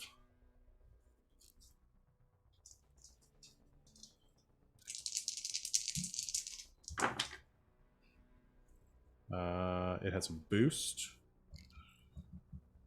So that is a 6. Oh, fuck. Okay. Jesus. So it's 60. Let's see, what do fate points do for me in a situation like this? Is it a reroll or is it adding to my roll? You can do either. You get to choose, and you get to choose after fact. So you can either add +2 or you can reroll. I don't think I can beat a 6. I'm just gonna eat the failure. Yeah. You also, do you have anything? I don't know how many points you have right now. Can you spend more than 1 point? That's a good question, because I don't know if you could invoke an aspect and you could do a reroll at the same time or add a +2. Oh, I've completely forgotten about invoking aspects. Yeah. That is a good question. I will say for right now that you can. Okay. Because the cost seems to. So if I meet it, then I don't necessarily get exactly what I want, but there's like a twist or a complication to it. Yeah, there's a complication. You get a lesser version of what you wanted. Okay. Well, I'm going to invoke wrong place, right time, and also spend an aspect to bring, or spend a fate point to bring me up to 6. Okay. Wait, does so invoking spending give you a +2 or +1? +2. +2. Okay, just double checking. Sorry. Numbers, they're weird. So with a 6, so you send out the scattering of bees, and this is what happens. So your bees swarm out kind of through like ventilation ducts down the stairs, like scattering throughout the building. On the floor below, some of them go scattering through the hallway as you're sort of perceiving in this hive mind with getting this communication of what's there. Your bees sort of notice this disruption in the hallway, this almost like shimmering against like one of the walls, and suddenly like sort of lashing out like a fish underwater, striking at something in this like instantaneous movement.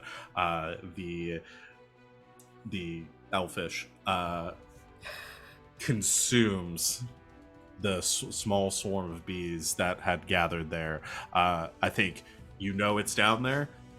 You get that sensory feedback coming back to you that they detected it, but they are immediately canceled out. So you're immediately blinded down there, but you know where it was at that moment. Gotcha. She's gonna throw the door open and yell at the crew. Like it's 1 floor down. Is that correct? Yes, 1 floor down. Yeah. 1 floor down.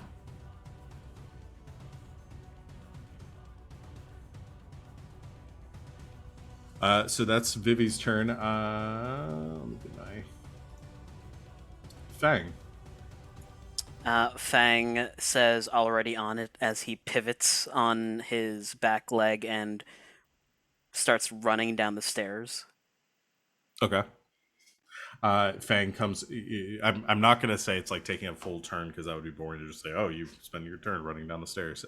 You're able to quickly, kind of like leaping over a railing, making it down like a landing very quickly, busting through the stairwell door, just in time to see a few kind of small bees kind of hovering between you and the like down the hallway, and suddenly you just see this like void open up in the air and consume 2 of the bees, as this invisible fish is now swimming in your direction.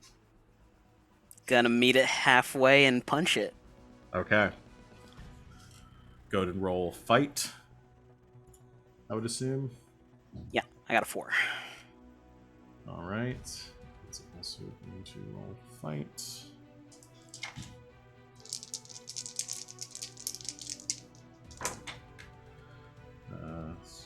Zero. Got a 3. So you succeed with a shift of 1. So when do I succeed with style? Is it? I think that's when you succeed with more than one stunt. Okay. More than one shift. I'm not really sure. As we learn the rules of this game, check the PDF. Did you have a stunt that lets you do something? Yeah, when you succeed with style in a fight attack and choose to reduce the result by 1, to gain a boost, you gain a full situational aspect with a free invocation instead. Okay. Succeeding with style is when you roll higher than your opposition by 3 or more. 3 more. 3 or more. Got it. Okay. I didn't know where that is in the Fate book, but I do know where it is in the I Hunt book, which uses Fate. Thank you. Thanks. But I Hunt. as Fang rushes down the hall, he rears back for a punch, and these gauntlets form that look like MMA gloves, but they have a turtle shell pattern along them. And he just Okay. like lets one in. And as you sort of like punch the invisible fish, it sort of shimmers in the air, kind of briefly, like the whatever it's doing to sort of refract the light around it, so that it remains in this vanished state. It causes it, like disrupts it just slightly, so you can see the force of your impact. Kind of slams up against one of the walls, cracking the drywall down the center. And you hear this like snarling gnashing of teeth as you can feel it sort of move away from you just briefly, like it's rearing to come back around at you. Aspects give you +2, correct?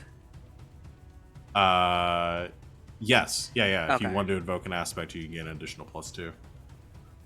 No, I don't think that. No, that does put me up 3 higher than. That would put you 3 higher, yeah. Cool. I'm gonna use Unbridled Power. Okay. Basically, can we say it's like a wall facing an alley? He hits the fish so hard it busts through the wall, and I want to give it the. I'm gonna lower to get a boost, and the condition would be stunned. Okay. So so you get to give you get to create an aspect that you get to invoke for free. That's what you're doing here with the stunned. Yeah. Okay. So I'm just making sure, because the way, like, just like kind of calibrating our thoughts on this is that when you create an aspect, like with the blinded by the light and stuff, so it's not going to have any mechanical effect overall. It might have some narrative impact and stuff about like the lights that you're creating, but until you choose to invoke it, I'm not gonna be like taking away dice or something like that. So like with the stunned, you can invoke that, but it's not like it loses a turn or something Okay. like that. But yeah, I'd so like you to get a call this stunned. one Fish Out of Water. Okay. So I'm creating a temporary. I'm guessing anyone can invoke it, or just you? I'm assuming anyone can invoke it. Yeah. Well, it says you gain a full situation aspect with a free invocation. Yeah. If it's a situational aspect, then I would assume that it's something that, because it's on the target, that if somebody else wanted to invoke it, that they would be able to, or if they needed to invoke it, they could. You And just it's a get one invoke. free one. Okay. So you had to drop it from a 3 to a 2, right? To No, do that? so I have a 4, and then I did, I invoked, what's it, over Unbridled Power to boost it up to a 4, 5, 6. The shift you succeeded was a 3 total. When you, Yes. because yeah, so you had to drop it to a 2 as part of the ability. Okay, so I'm just because it's stress box, I need to know which one to tick off. So okay. it's gonna tick off one of its second stress box. Okay, cool. That is Feng's turn, as there is a cracking and a smashing downstairs. You guys all feel kind of the building shake slightly at the force of this impact, as the creature is sent soaring through the drywall, through the apartment that was between it, and then out the wall on the other side of the building, and like out into the street. If the owners of the apartment are in there, Fang's just standing in the hallway. Gas lines, crazy, huh? I love it. So that's gonna be Piper. Your turn. Okay, so Vivi opened the door, right? So I can get into the apartment. Yeah. Yeah. Great. I want to go in through the apartment and to one of the windows on the outside, since we heard it go out, Yeah. so I can see where it is. Yeah. And then Piper is going to very dramatically sort of plug one of her ears and summon Vega and sing up an arpeggio and like reach for a really, really high note and try to like pin this thing down where it is with Vega's like massive sound waves. Okay, so you're creating a sonic Just try to blast. shake it apart. All right, so you're doing a what skill are you going for right now? I don't know. I'm assuming Hurt it. Fight or shoot. Hurt it? I have It's not a fight. skill. Okay. Yes, like 'cause fight. you had something. It's something. Oh, you can use provoke to defend. That's a defending thing. Cool. All right. No, I want to roll pin fight. it down from the third floor. All right. Okay. Can I? Now, if I want to spend, I can spend a point to invoke an aspect. Mhm. Do I have to do that before? No, you can do it after. Okay. Whoa. Well, I've rolled a 3. Okay, that's really good. It's gonna defend. There were lots of pluses in that one. I don't think it's actively fighting against this, so I think this is more defending with physique. It's the same number. Never mind. Lost my dice in my shirt. No. That's very bad. It rolls 3 negatives and a blank. So it rolls a 0. So I do very good then, because I've got 3. You succeed with a shift of 3. So, ow. With style, baby. With style. Vega It's gonna yells mark off. out like a very Motowny ballad of Bette Midler's "Too Many Fish in the Sea," and it's just "Too many fish in the sea." Yeah, that's the one. Thank you, lyrics. So it also sounds really good, is the thing. Yeah, it does. But so Piper takes a There is- huge breath and just like almost like the Black Canary scream, but she's singing. Mhm. And the sort of the amplified speakers on the shoulders of Vega sort of blasting the sound even further. And yeah, you can't see, so you're kind of covering like a wide area. You see like debris falling around, some sort of invisible shape there. And yeah, it slams the fish down, sort of cracking the pavement, causing like the street lamps outside to shatter. A couple of the cars, the windows get blown out, and sirens begin to go off in the in the parking lot. As this fish just gets wrecked by that blast. That is Piper's turn. I think that's everyone that has gone then. So the Elfish is going to take their turn. Yeah. They are going to attack, but they're going to use. They're going to use an attack against Piper because you're the only one that's visible and you're currently the one holding it down. How do I want to frame this? Yeah, you see the form of the fish kind of like materialize just slightly as it begins to sort of sink into the pavement, and it kind of reshifts and shapes again, and instead what you see in front of you as it changes its form, that form of Elvis not materializing, but instead a just horrifically mangled sight of who would make the most sense here. Who is it seen?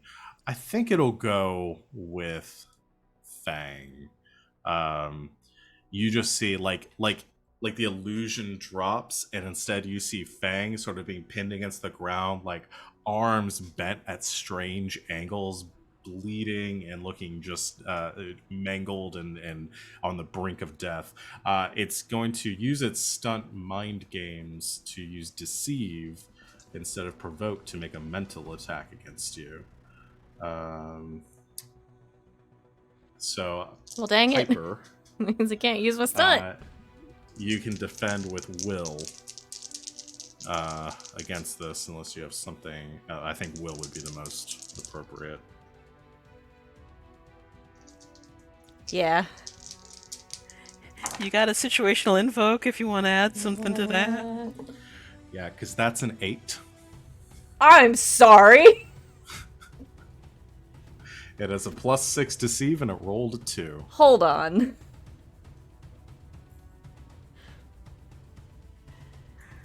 So while we're doing this, let's talk about character death in you.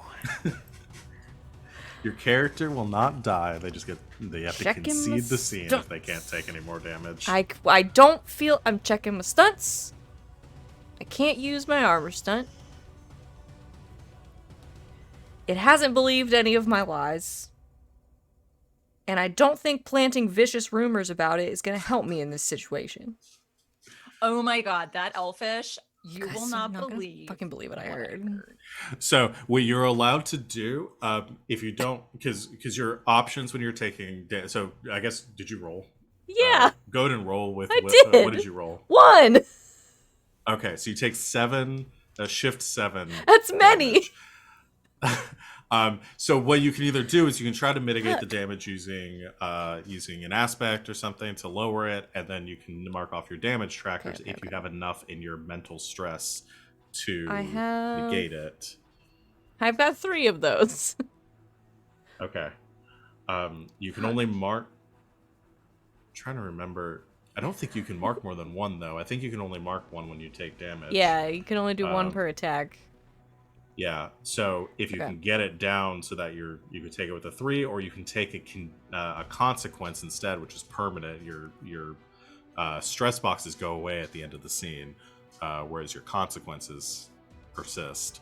Okay. Or you can concede and And take the hit. take yourself out of the scene. Well, you can take yourself out. You take yourself out of the scene. Is that more so interesting Piper would be- narratively?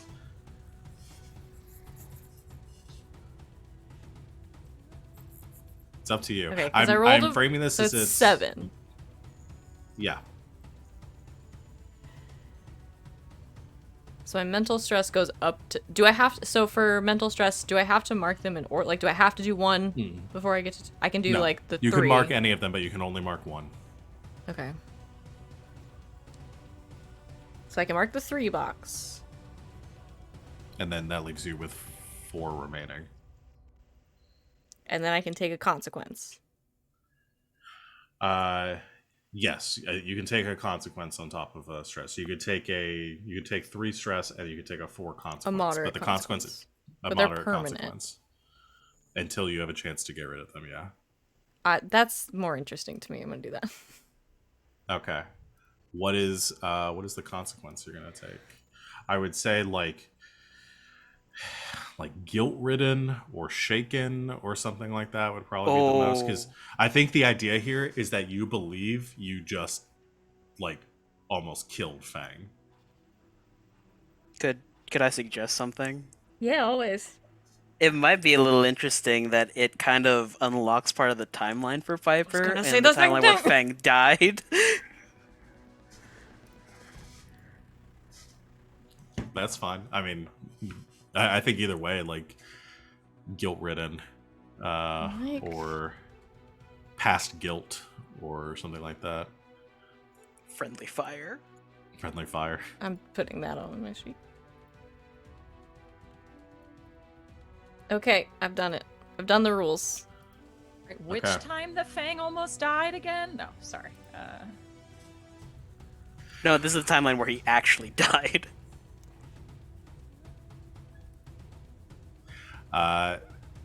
Okay. Like it That triggers like is- just a little bit of a flashback. That is the Elfish's turn.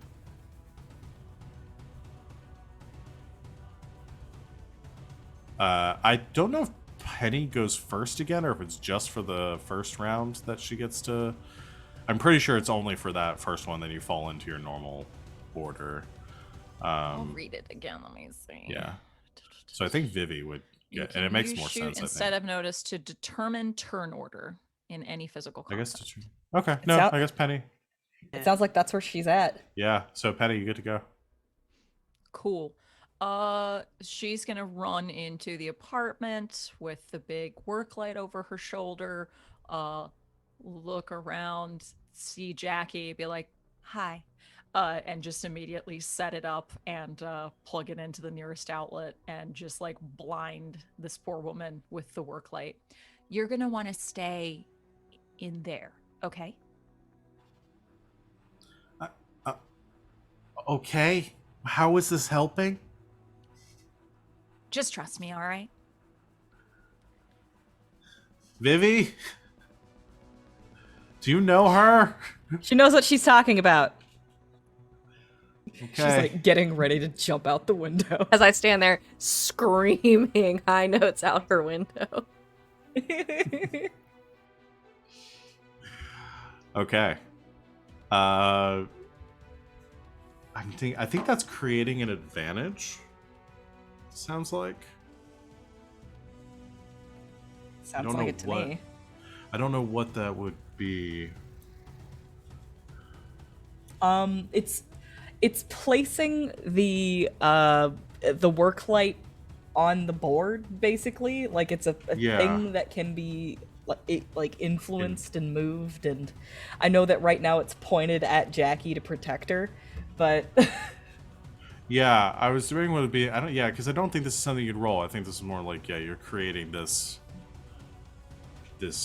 piece on the board that can be. I'm not gonna have you roll for it, but you're creating an advantage there, or something that can be invoked later on, or an item that can be utilized later on. In the spotlight.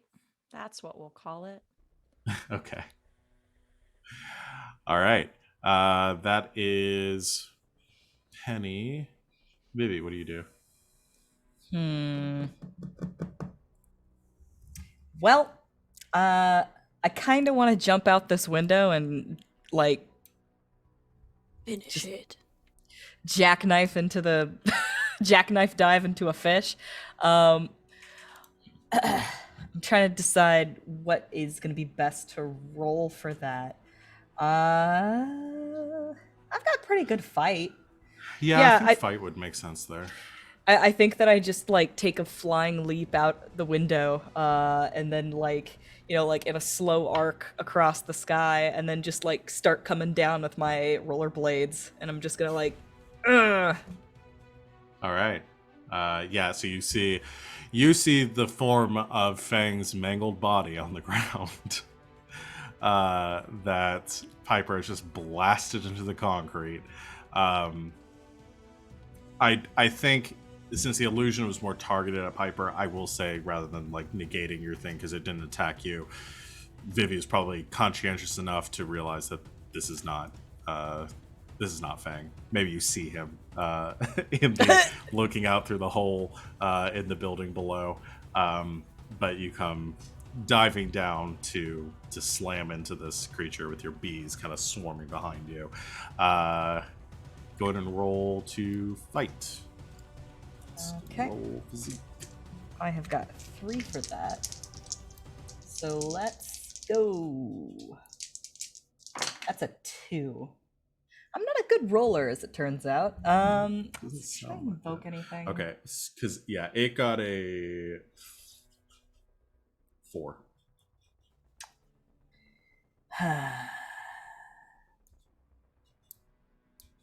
That's I just feel the like when I'm thing. doing the math with these dice, it's 1 + 1 + 2 + 1. 1 - 1 equals +2. I get the idea that if I if I go flat, I'm not going to do any damage, right? No. I've got 2. Is there any free invokes on the board? There is. And that'll give you +2. The other thing. Yeah, +2. So there's the fish out of water invoke that Feng created. Okay. How many of those are left? It's just one. Just one free invoke. Okay. And how about the spotlight? Is that an aspect that's just on the board with no free invokes? It's just something that you could possibly invoke, Yeah, so Or- you have the situational invoke or the blinded by the light for the fish. So Mm-hmm. you could try to set that. You have the ability to invoke that now with the bright light being on the board. So you could also invoke that to gain a bonus. Okay. All right. Oh, you know what I'll say?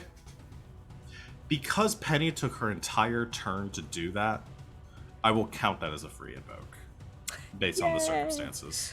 Okay. All right. I think okay. that's the best way to So, I have nickel and dimed my way to an actual hit. Let's see if there's something that I can spend a power to invoke. Could I? Got what I came for is really something I feel like that I could abuse and apply to everything. I'm gonna try not to do that. Is it possible for me to invoke my invoke Vespa as my anima to just kind of superpower this attack? Yeah, you could.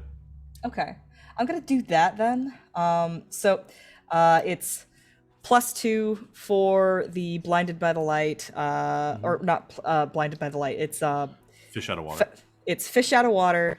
It's in the spotlight, and I'm going to invoke Vespa for an additional 6. So that's 6 altogether, and then plus the +2 that I rolled is an 8. Okay, so you have an 8 total. It rolled a, what did I say, 4? Yes. Okay. That's go back to its sheet. Okay, it is going to check off its 4 physical stress box. It's taken a lot of damage at this point. So what this looks like is that she Yeah. like flies out of the window, and she's got like a couple of bees like over at the spotlight that just like knock it to turn it towards it at the last second, and like it recoils as the light hits it, and it moves directly into position for her to just like.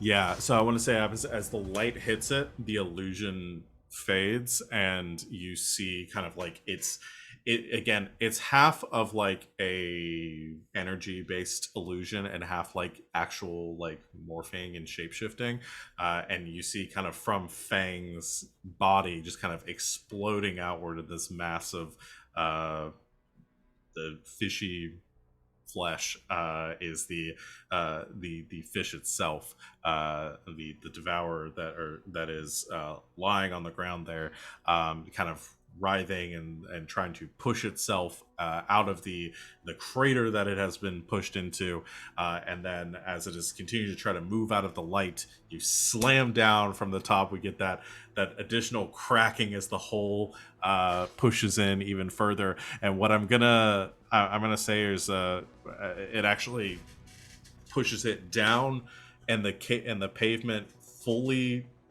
breaks underneath, and you go slamming down into the sewer system underneath the street here. Just a hole opening up in the ground beneath you. We do a lot of collateral damage. I'm beginning to notice. I was gonna say that whole Yes. the gas main thing. Yeah, I That's think what we it made more was. Credible just now.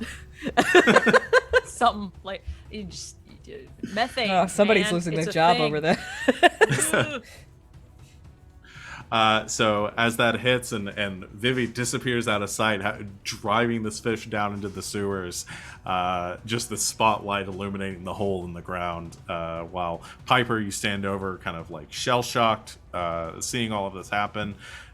Feng, it is your turn. You should probably call someone about this, and he will run towards the opening in the window and jump out as well. It's just this like elderly old man that's just like looking back and forth and just, I'm too old for this. It's an elderly old man whose back is turned watching TV, but they have headphones on. Oh yeah, perfect. He didn't even notice it at all. Yeah, all of this happening in the background while he's just watching his late night talk show. He's watching an action movie, and like, there's an explosion on the TV as the like wall opens up behind him. Spider-Man and the Lizard with Stan Lee as the librarian. Yep. Yep. This is your Stan Lee cameo. Yes. But if I can, It's Grandpa See? from first season. I'm sorry. Yes, it's the it's the guy played who Grandpa in the yeah, first it's the actor. season. Oh, I thought the same thing. Oh, and he's so holding good. a cat in his hand, in his Yes. arms. and he's while- watching All My Children. There's an explosion in All My Children. Anyway, we're done. Feng. Yeah, he's jumping out the window to do a power bomb as well on this fish. You guys are just double tapping with the power bomb onto the fish. Okay, then, yeah, you can make your your attack there. So as you jump into the hole, you see Vivi standing off to the side from where this this fish is currently writhing and laying on the ground. Oof. That's a 2. But I want to boost it with 4 emperors and use their outdated art of war aspect. Okay.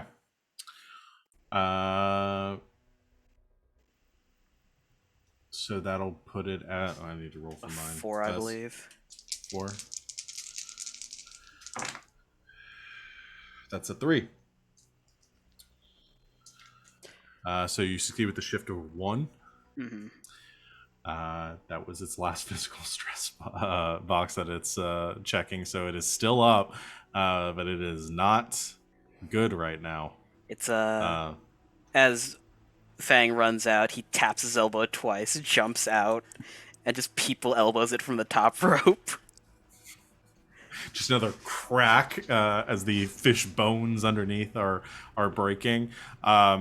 I'm going to compel here, and I think this is going to be against. This would be against Fang. And I think this would be a situational compel. I'll learn the terminology later on.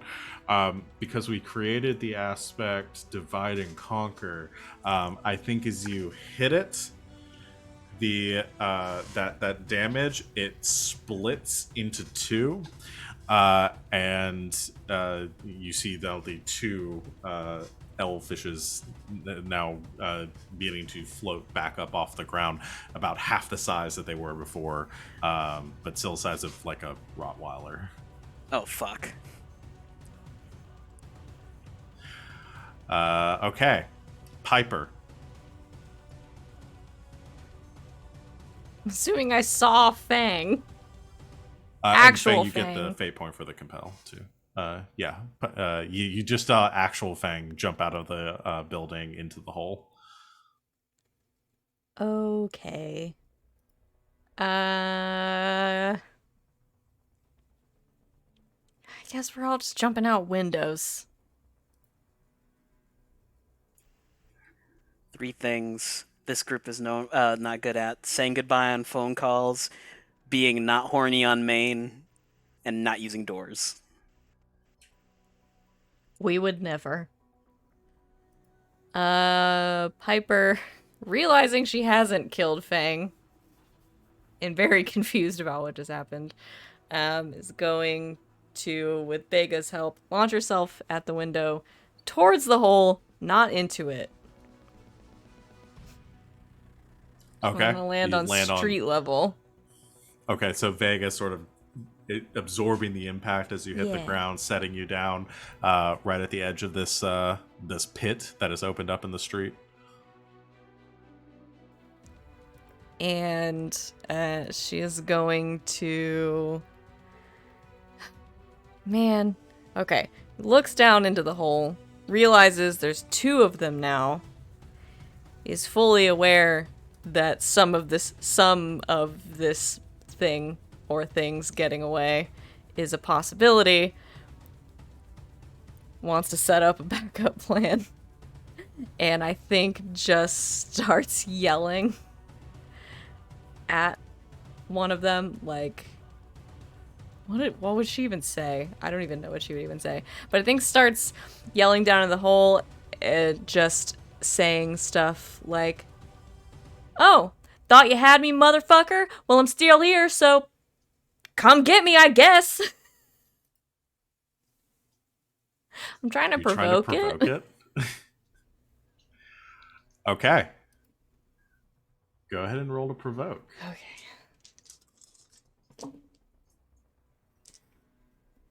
You'll roll with will. 4. I rolled a lot of negatives on that one. -2, +2, 0. 4. That's a style. All right, 4. So you succeed with style, marking off its mental box. Okay. So you're trying to keep both of these things from running away. Yeah, I don't want it to run, but if it does run, I want it to want to come back here. You know what I mean? Okay. I want it to remember Piper's face. The two creatures kind of flinch at the loud sound of you like screaming down, amplified by Vega, and you see them begin to sort of grow agitated in this like almost fishbowl that they're in under the ground right now, and they do seem very focused on you, Piper. Which I think they're going to they're going to swarm up and attack you. There's 2 people down here they don't want to fuck with. Oh shoot, no, actually, I think one's going to attack you and one's going to attack someone else down there because I don't want to just pick on Piper. I did kind of ask for it specifically. You did kind of ask for it. So one is going to attack between Feng and Vivi. You know what? I'm just going to attack Feng and Vivi. They're both down there. They see Piper up there. They'll get to her in a second. I just hit you really hard. I want to share the love. Is this a guilt thing?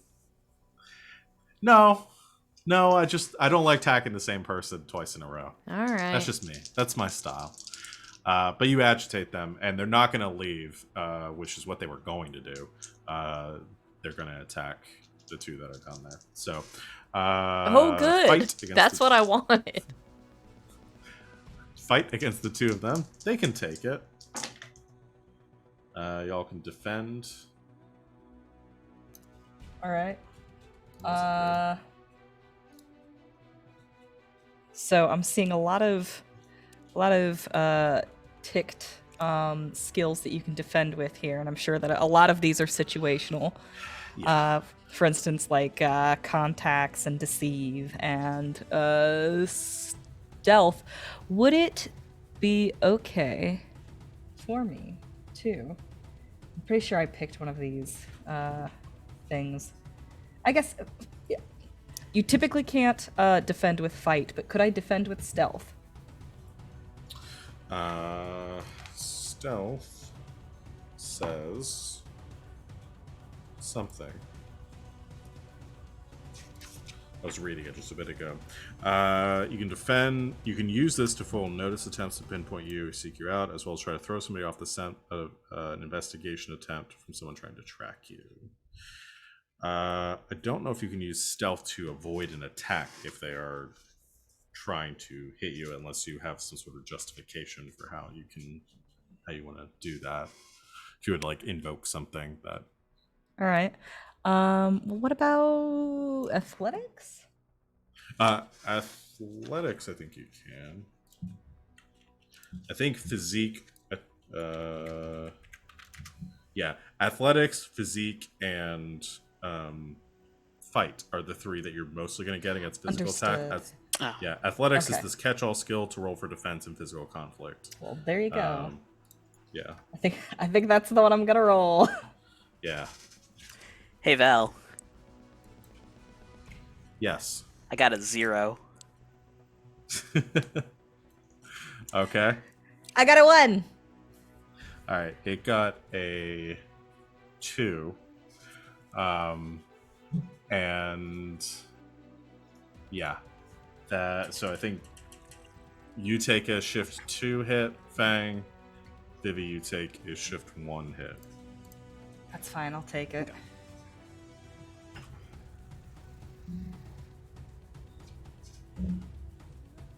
Okay. Actually, if I tick my 1 box and reduce the shift down to a 1, do I still get a consequence? Yes. You would have to take a consequence. Okay, so I'm gonna take negate the rest of it. Yeah. You can either do a physical stress box and a consequence to take the rest of it, or you can concede. Are the 2 options. Or if it's enough, you can just do the consequence. Or you can just Because do the first consequence is yeah. 2. Yeah. Mhm. That is the fish's turn. Penny, you see all this happen from your Right. vantage point.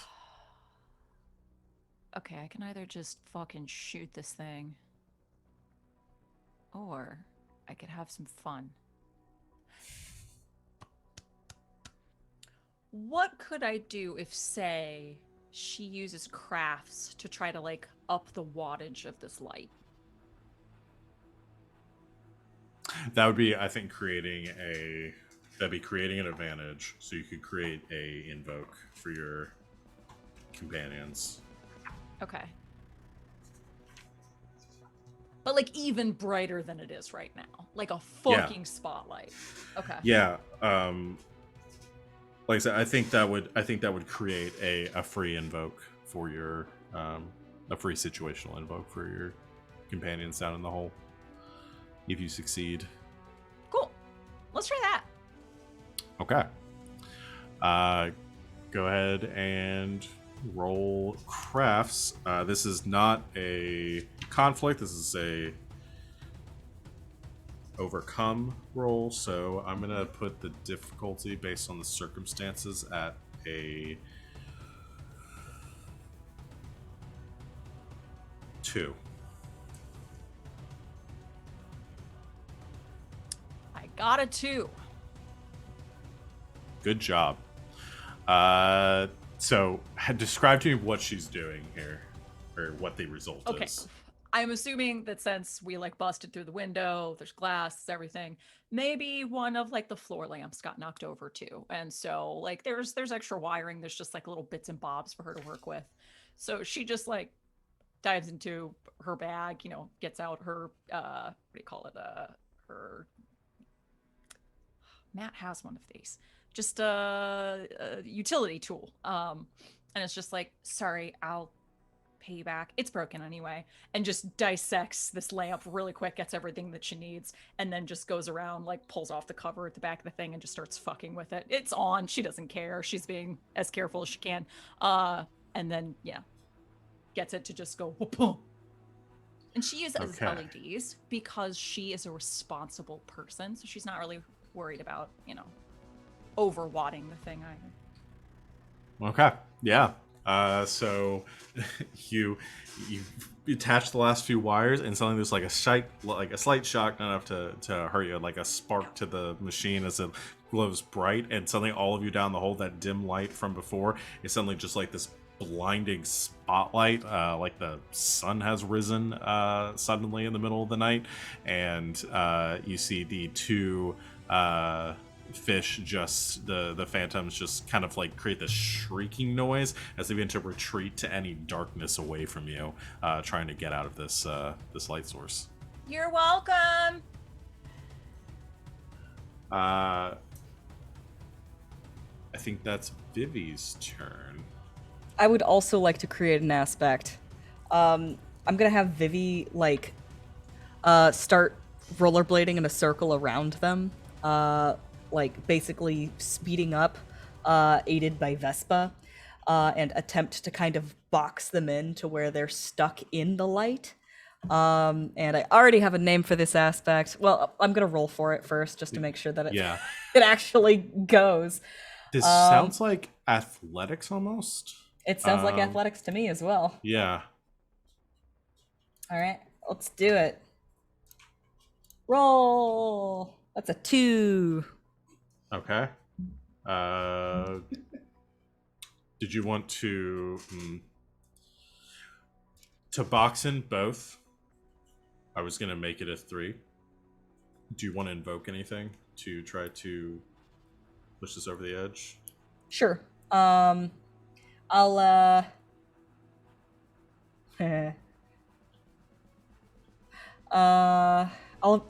I'm using Vespa to do this anyway. I'll invoke Vespa to bop it up to a 4. That makes sense to me.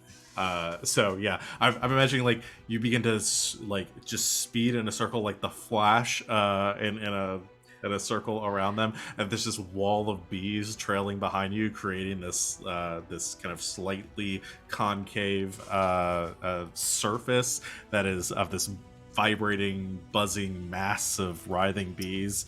Like they're trying to like escape, and like the bees just like bounce them back into the light every time they move. This free invoke is called Fish in a Barrel. There can be no escape. So we now have 2 free invokes on the board.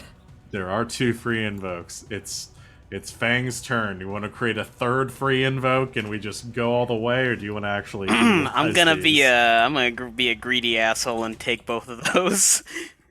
That's what we're here for, man. That's what we're setting up. Do it. All right, 1, 2, 3, 4. Fight, I guess. Okay. Plus those 2 invokes, so whatever this is, plus 4, correct? Or can I only grab 1 free invoke at a time? No, I'd say you can do both.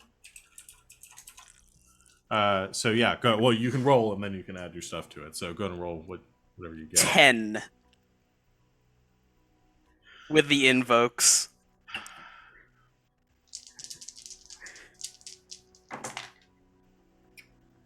Okay. They got a 2. So that's a shift 8 hit. Describe to me. Okay, there's no way they can't negate this even with the consequence. They don't have enough to get out of this one, because they are out of physical stress boxes. Describe to me what Feng does. It is Vivi swirling around them, causing them to bounce back into the light, and Feng kind of is filled with power. He jumps into the air, does a backflip, and flicks his wrist, and there is a bow that is lit on fire with the head of a phoenix on it. He pulls back and then just lets it go. The arrow hits the center and then just washes outward in flames. Okay, Hanzo. You got what could I? I mean, I could invoke the Azure Dragon and then just have a dragon. No, I love it. You leap up, send this shot into this mass of bees, and it consumes everything in the center. You hear that shriek again in harmony as the did Automod just? It didn't want Hanzo. Why didn't it want? Okay. Fair. Either that was an accident, or somebody at Twitch really finds Hanzo scary. Maybe it's the all caps? Maybe.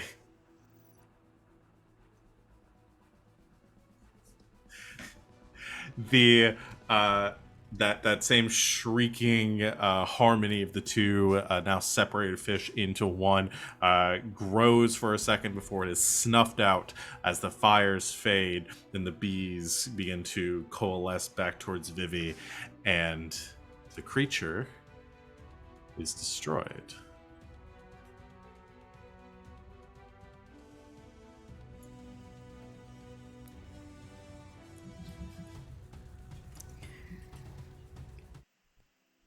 Feng is landed. He's sitting on the curb next to a fire hydrant.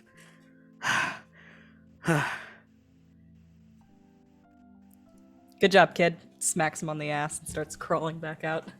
He's up top, sitting on a next to a fire Oh, hydrant. you were flying up there. Oh, okay. She climbs out. Good job, kid. Smacks him on the ass and starts walking away. Not bad for my first time, huh? There's a car alarm going off in the background.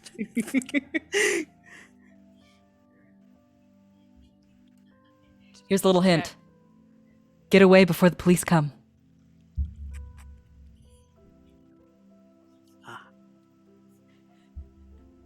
Checks in. Still in the apartment. Only one still in the apartment with Jackie? Yeah. Are you okay? Jackie's rubbing her eyes, trying to adjust to the darkness as the light has been turned away from her still, and is looking around. What was that noise? Who are you people? You're all right then, because you're asking questions. You know, I'll let Vivi talk to you about this. Pat. I'll get this out of here. Just turns the light off. Starts packing the whole thing up, puts it on her shoulder. Yeah, I would call your landlord about the window. Yeah. You had a break-in. You had a break-in. A break-in? You have renters, right? Yeah, I do. Great. You should be covered then. Tell Vivi to call me. I will. Maybe sleep with your lights on just for tonight. Just to be safe. Okay? Okay. Great. Well, good night. She begins to look around the ruined apartment as you Walks lead out through the the front door. door. Piper. So Vivi went sailing off. She's leaving before any cops show up. So Feng and Piper, two of you are outside as Penny comes out of the apartment beside the van. Before Penny gets there, just real quick, as the adrenaline starts to fade.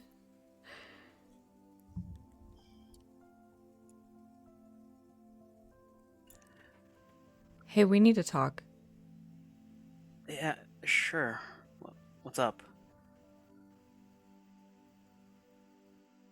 You died.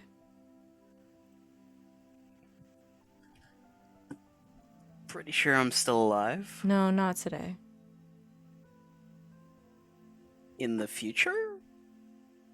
I mean, that's like the human condition, isn't it?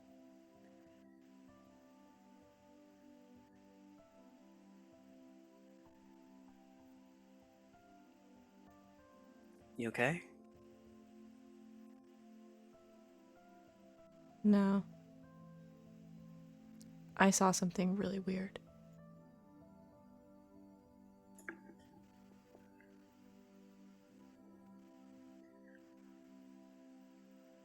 Maybe Penny might know some more. You got shot. Or something. I saw you die.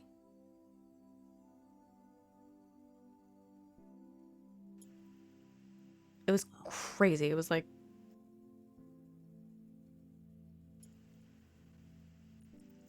Well, I don't know. I'm fine right now, so... Hey. We're already in a really weird world, but... we'll figure that one out, too.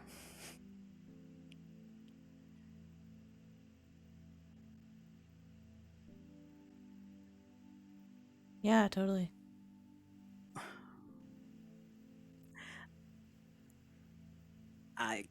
Sorry I can't help more. I'm really new to this.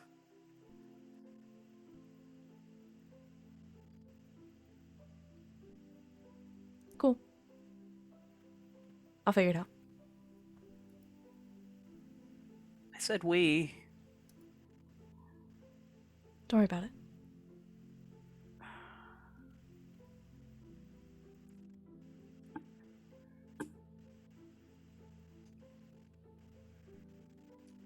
And he swings down with the light. We should probably go before the cops show up, and I need to go and loop some security footage. Just looks around. Yeah, I think we do most of this block. All right, let's go. All right.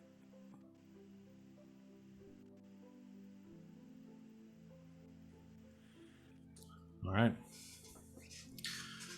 The three of you leave in the car, driving off as you begin to hear the sound of sirens in the distance approaching. And I'm going to leave with this.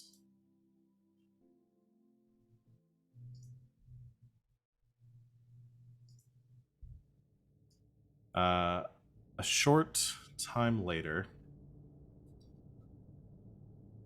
probably about 30 or 45 minutes, the police are outside of Jackie's apartment complex. Emergency responders lining the hole that has been somehow exploded into the street. Contractors and fire department looking at the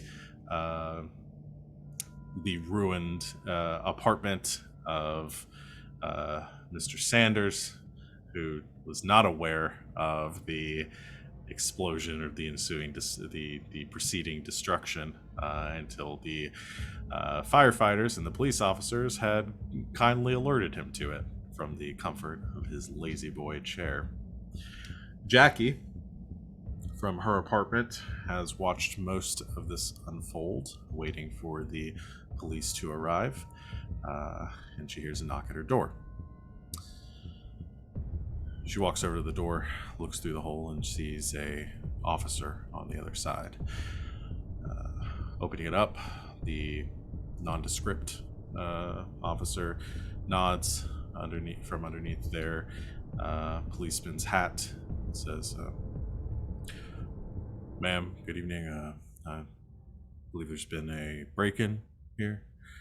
She says, "Yeah, the window got destroyed. What happened downstairs?" It's well, we're not sure yet. We're trying to figure that out. We'll let you know as soon as we know, but it doesn't look like the structural integrity of the building has been disrupted. You should be fine up here. Can you show me the broken window?" She says, "Yeah, this way." She walks in, turning towards the window and leading the officer over to the spot. And as she does, she stops. She feels a painful sensation emanating from her back. She looks down and she sees the point of a long silvery blade extending out from her chest. Before she can react, the world around her goes dark. She slides forward and collapses onto the floor. From above her, the police officer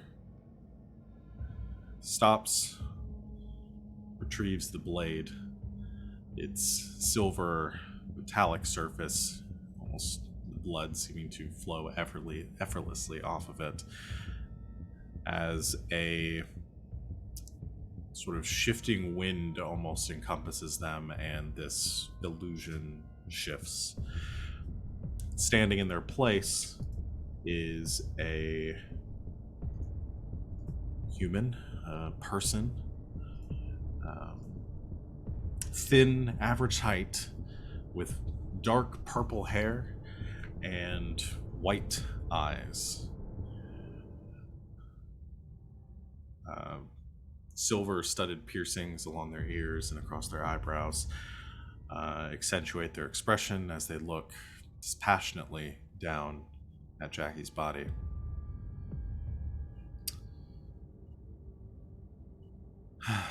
Damn it.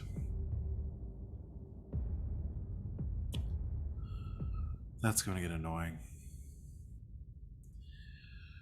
They look around, walking over to the bag sitting on the counter where Jackie had placed her purse.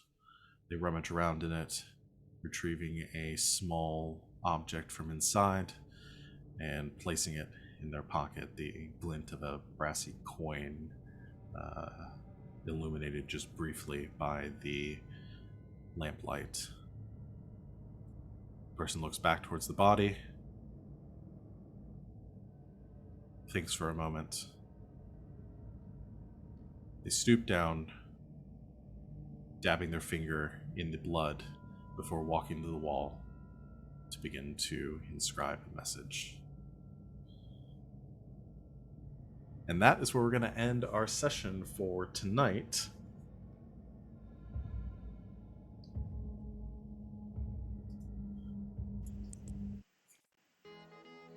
Good game, everyone. Viva Las Vegas!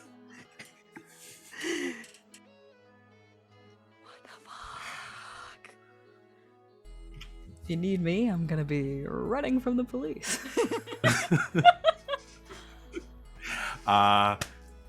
This season's gonna be a bit darker, I think. With the You're on monsters. a rampage. I am. I have been in in just lots of plans and plots and schemes in the games I'm running. So tune in next week for Saturday Night's Mistborn. The only game I haven't set on fire yet. No, this is going to be very exciting. More impetus for y'all to continue to work together, I think.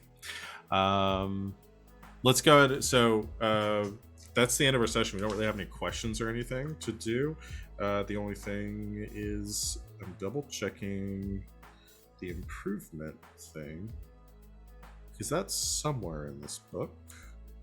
Okay, that I would call a significant milestone for today, because you took down your first monster together, which honestly I hadn't expected to happen today. I thought I would get away and then we'd have one more session with the Elfish, but No, I had a whole y'all were plan. doing too good. Y'all Like, were doing no too way. good there. Yeah. Forget that. So we stepped up the timer on this. You have foiled some plans that were in motion. Awesome. So we'll talk about the significant milestone stuff more. But in addition to the benefits you could do from the minor milestone at the end of every session, you can also you get a skill point. In addition to the benefit of the minor milestone, you get a skill point, which you can spend to buy a new skill at +1 or increase one by an existing rank. And if you have any severe consequences, you can rename them or begin the recovery process if you haven't. I don't think anyone have any. What did you take, a severe consequence or a minor? No, mine is moderate. Moderate. Okay. So, any questions or anything before we get going? Why? All right. Yeah, I don't remember what Just any why? of the rules you just talked about mean. But we can talk about that Why? later. We can talk about it. Why? Because I can. Y'all have had it too easy for too long. We've done. We've been in one session of this season. We You've did had one. it too easy for too long. No, I'm leaning into the paranormal investigative anime stuff for this season, and that shit be dark. That's where we're going with this. This is gonna be fun. So yeah, join us tomorrow, Sunday, for Thursday's Children. We're playing Vaesen, and then the rest of our schedule throughout the week. Anyone have anything they want to plug? Before we go? No? All right. Thank you, everyone, for watching. We will see you in 2 weeks for the continuation of our game. And until next time, good game and good night, Internet.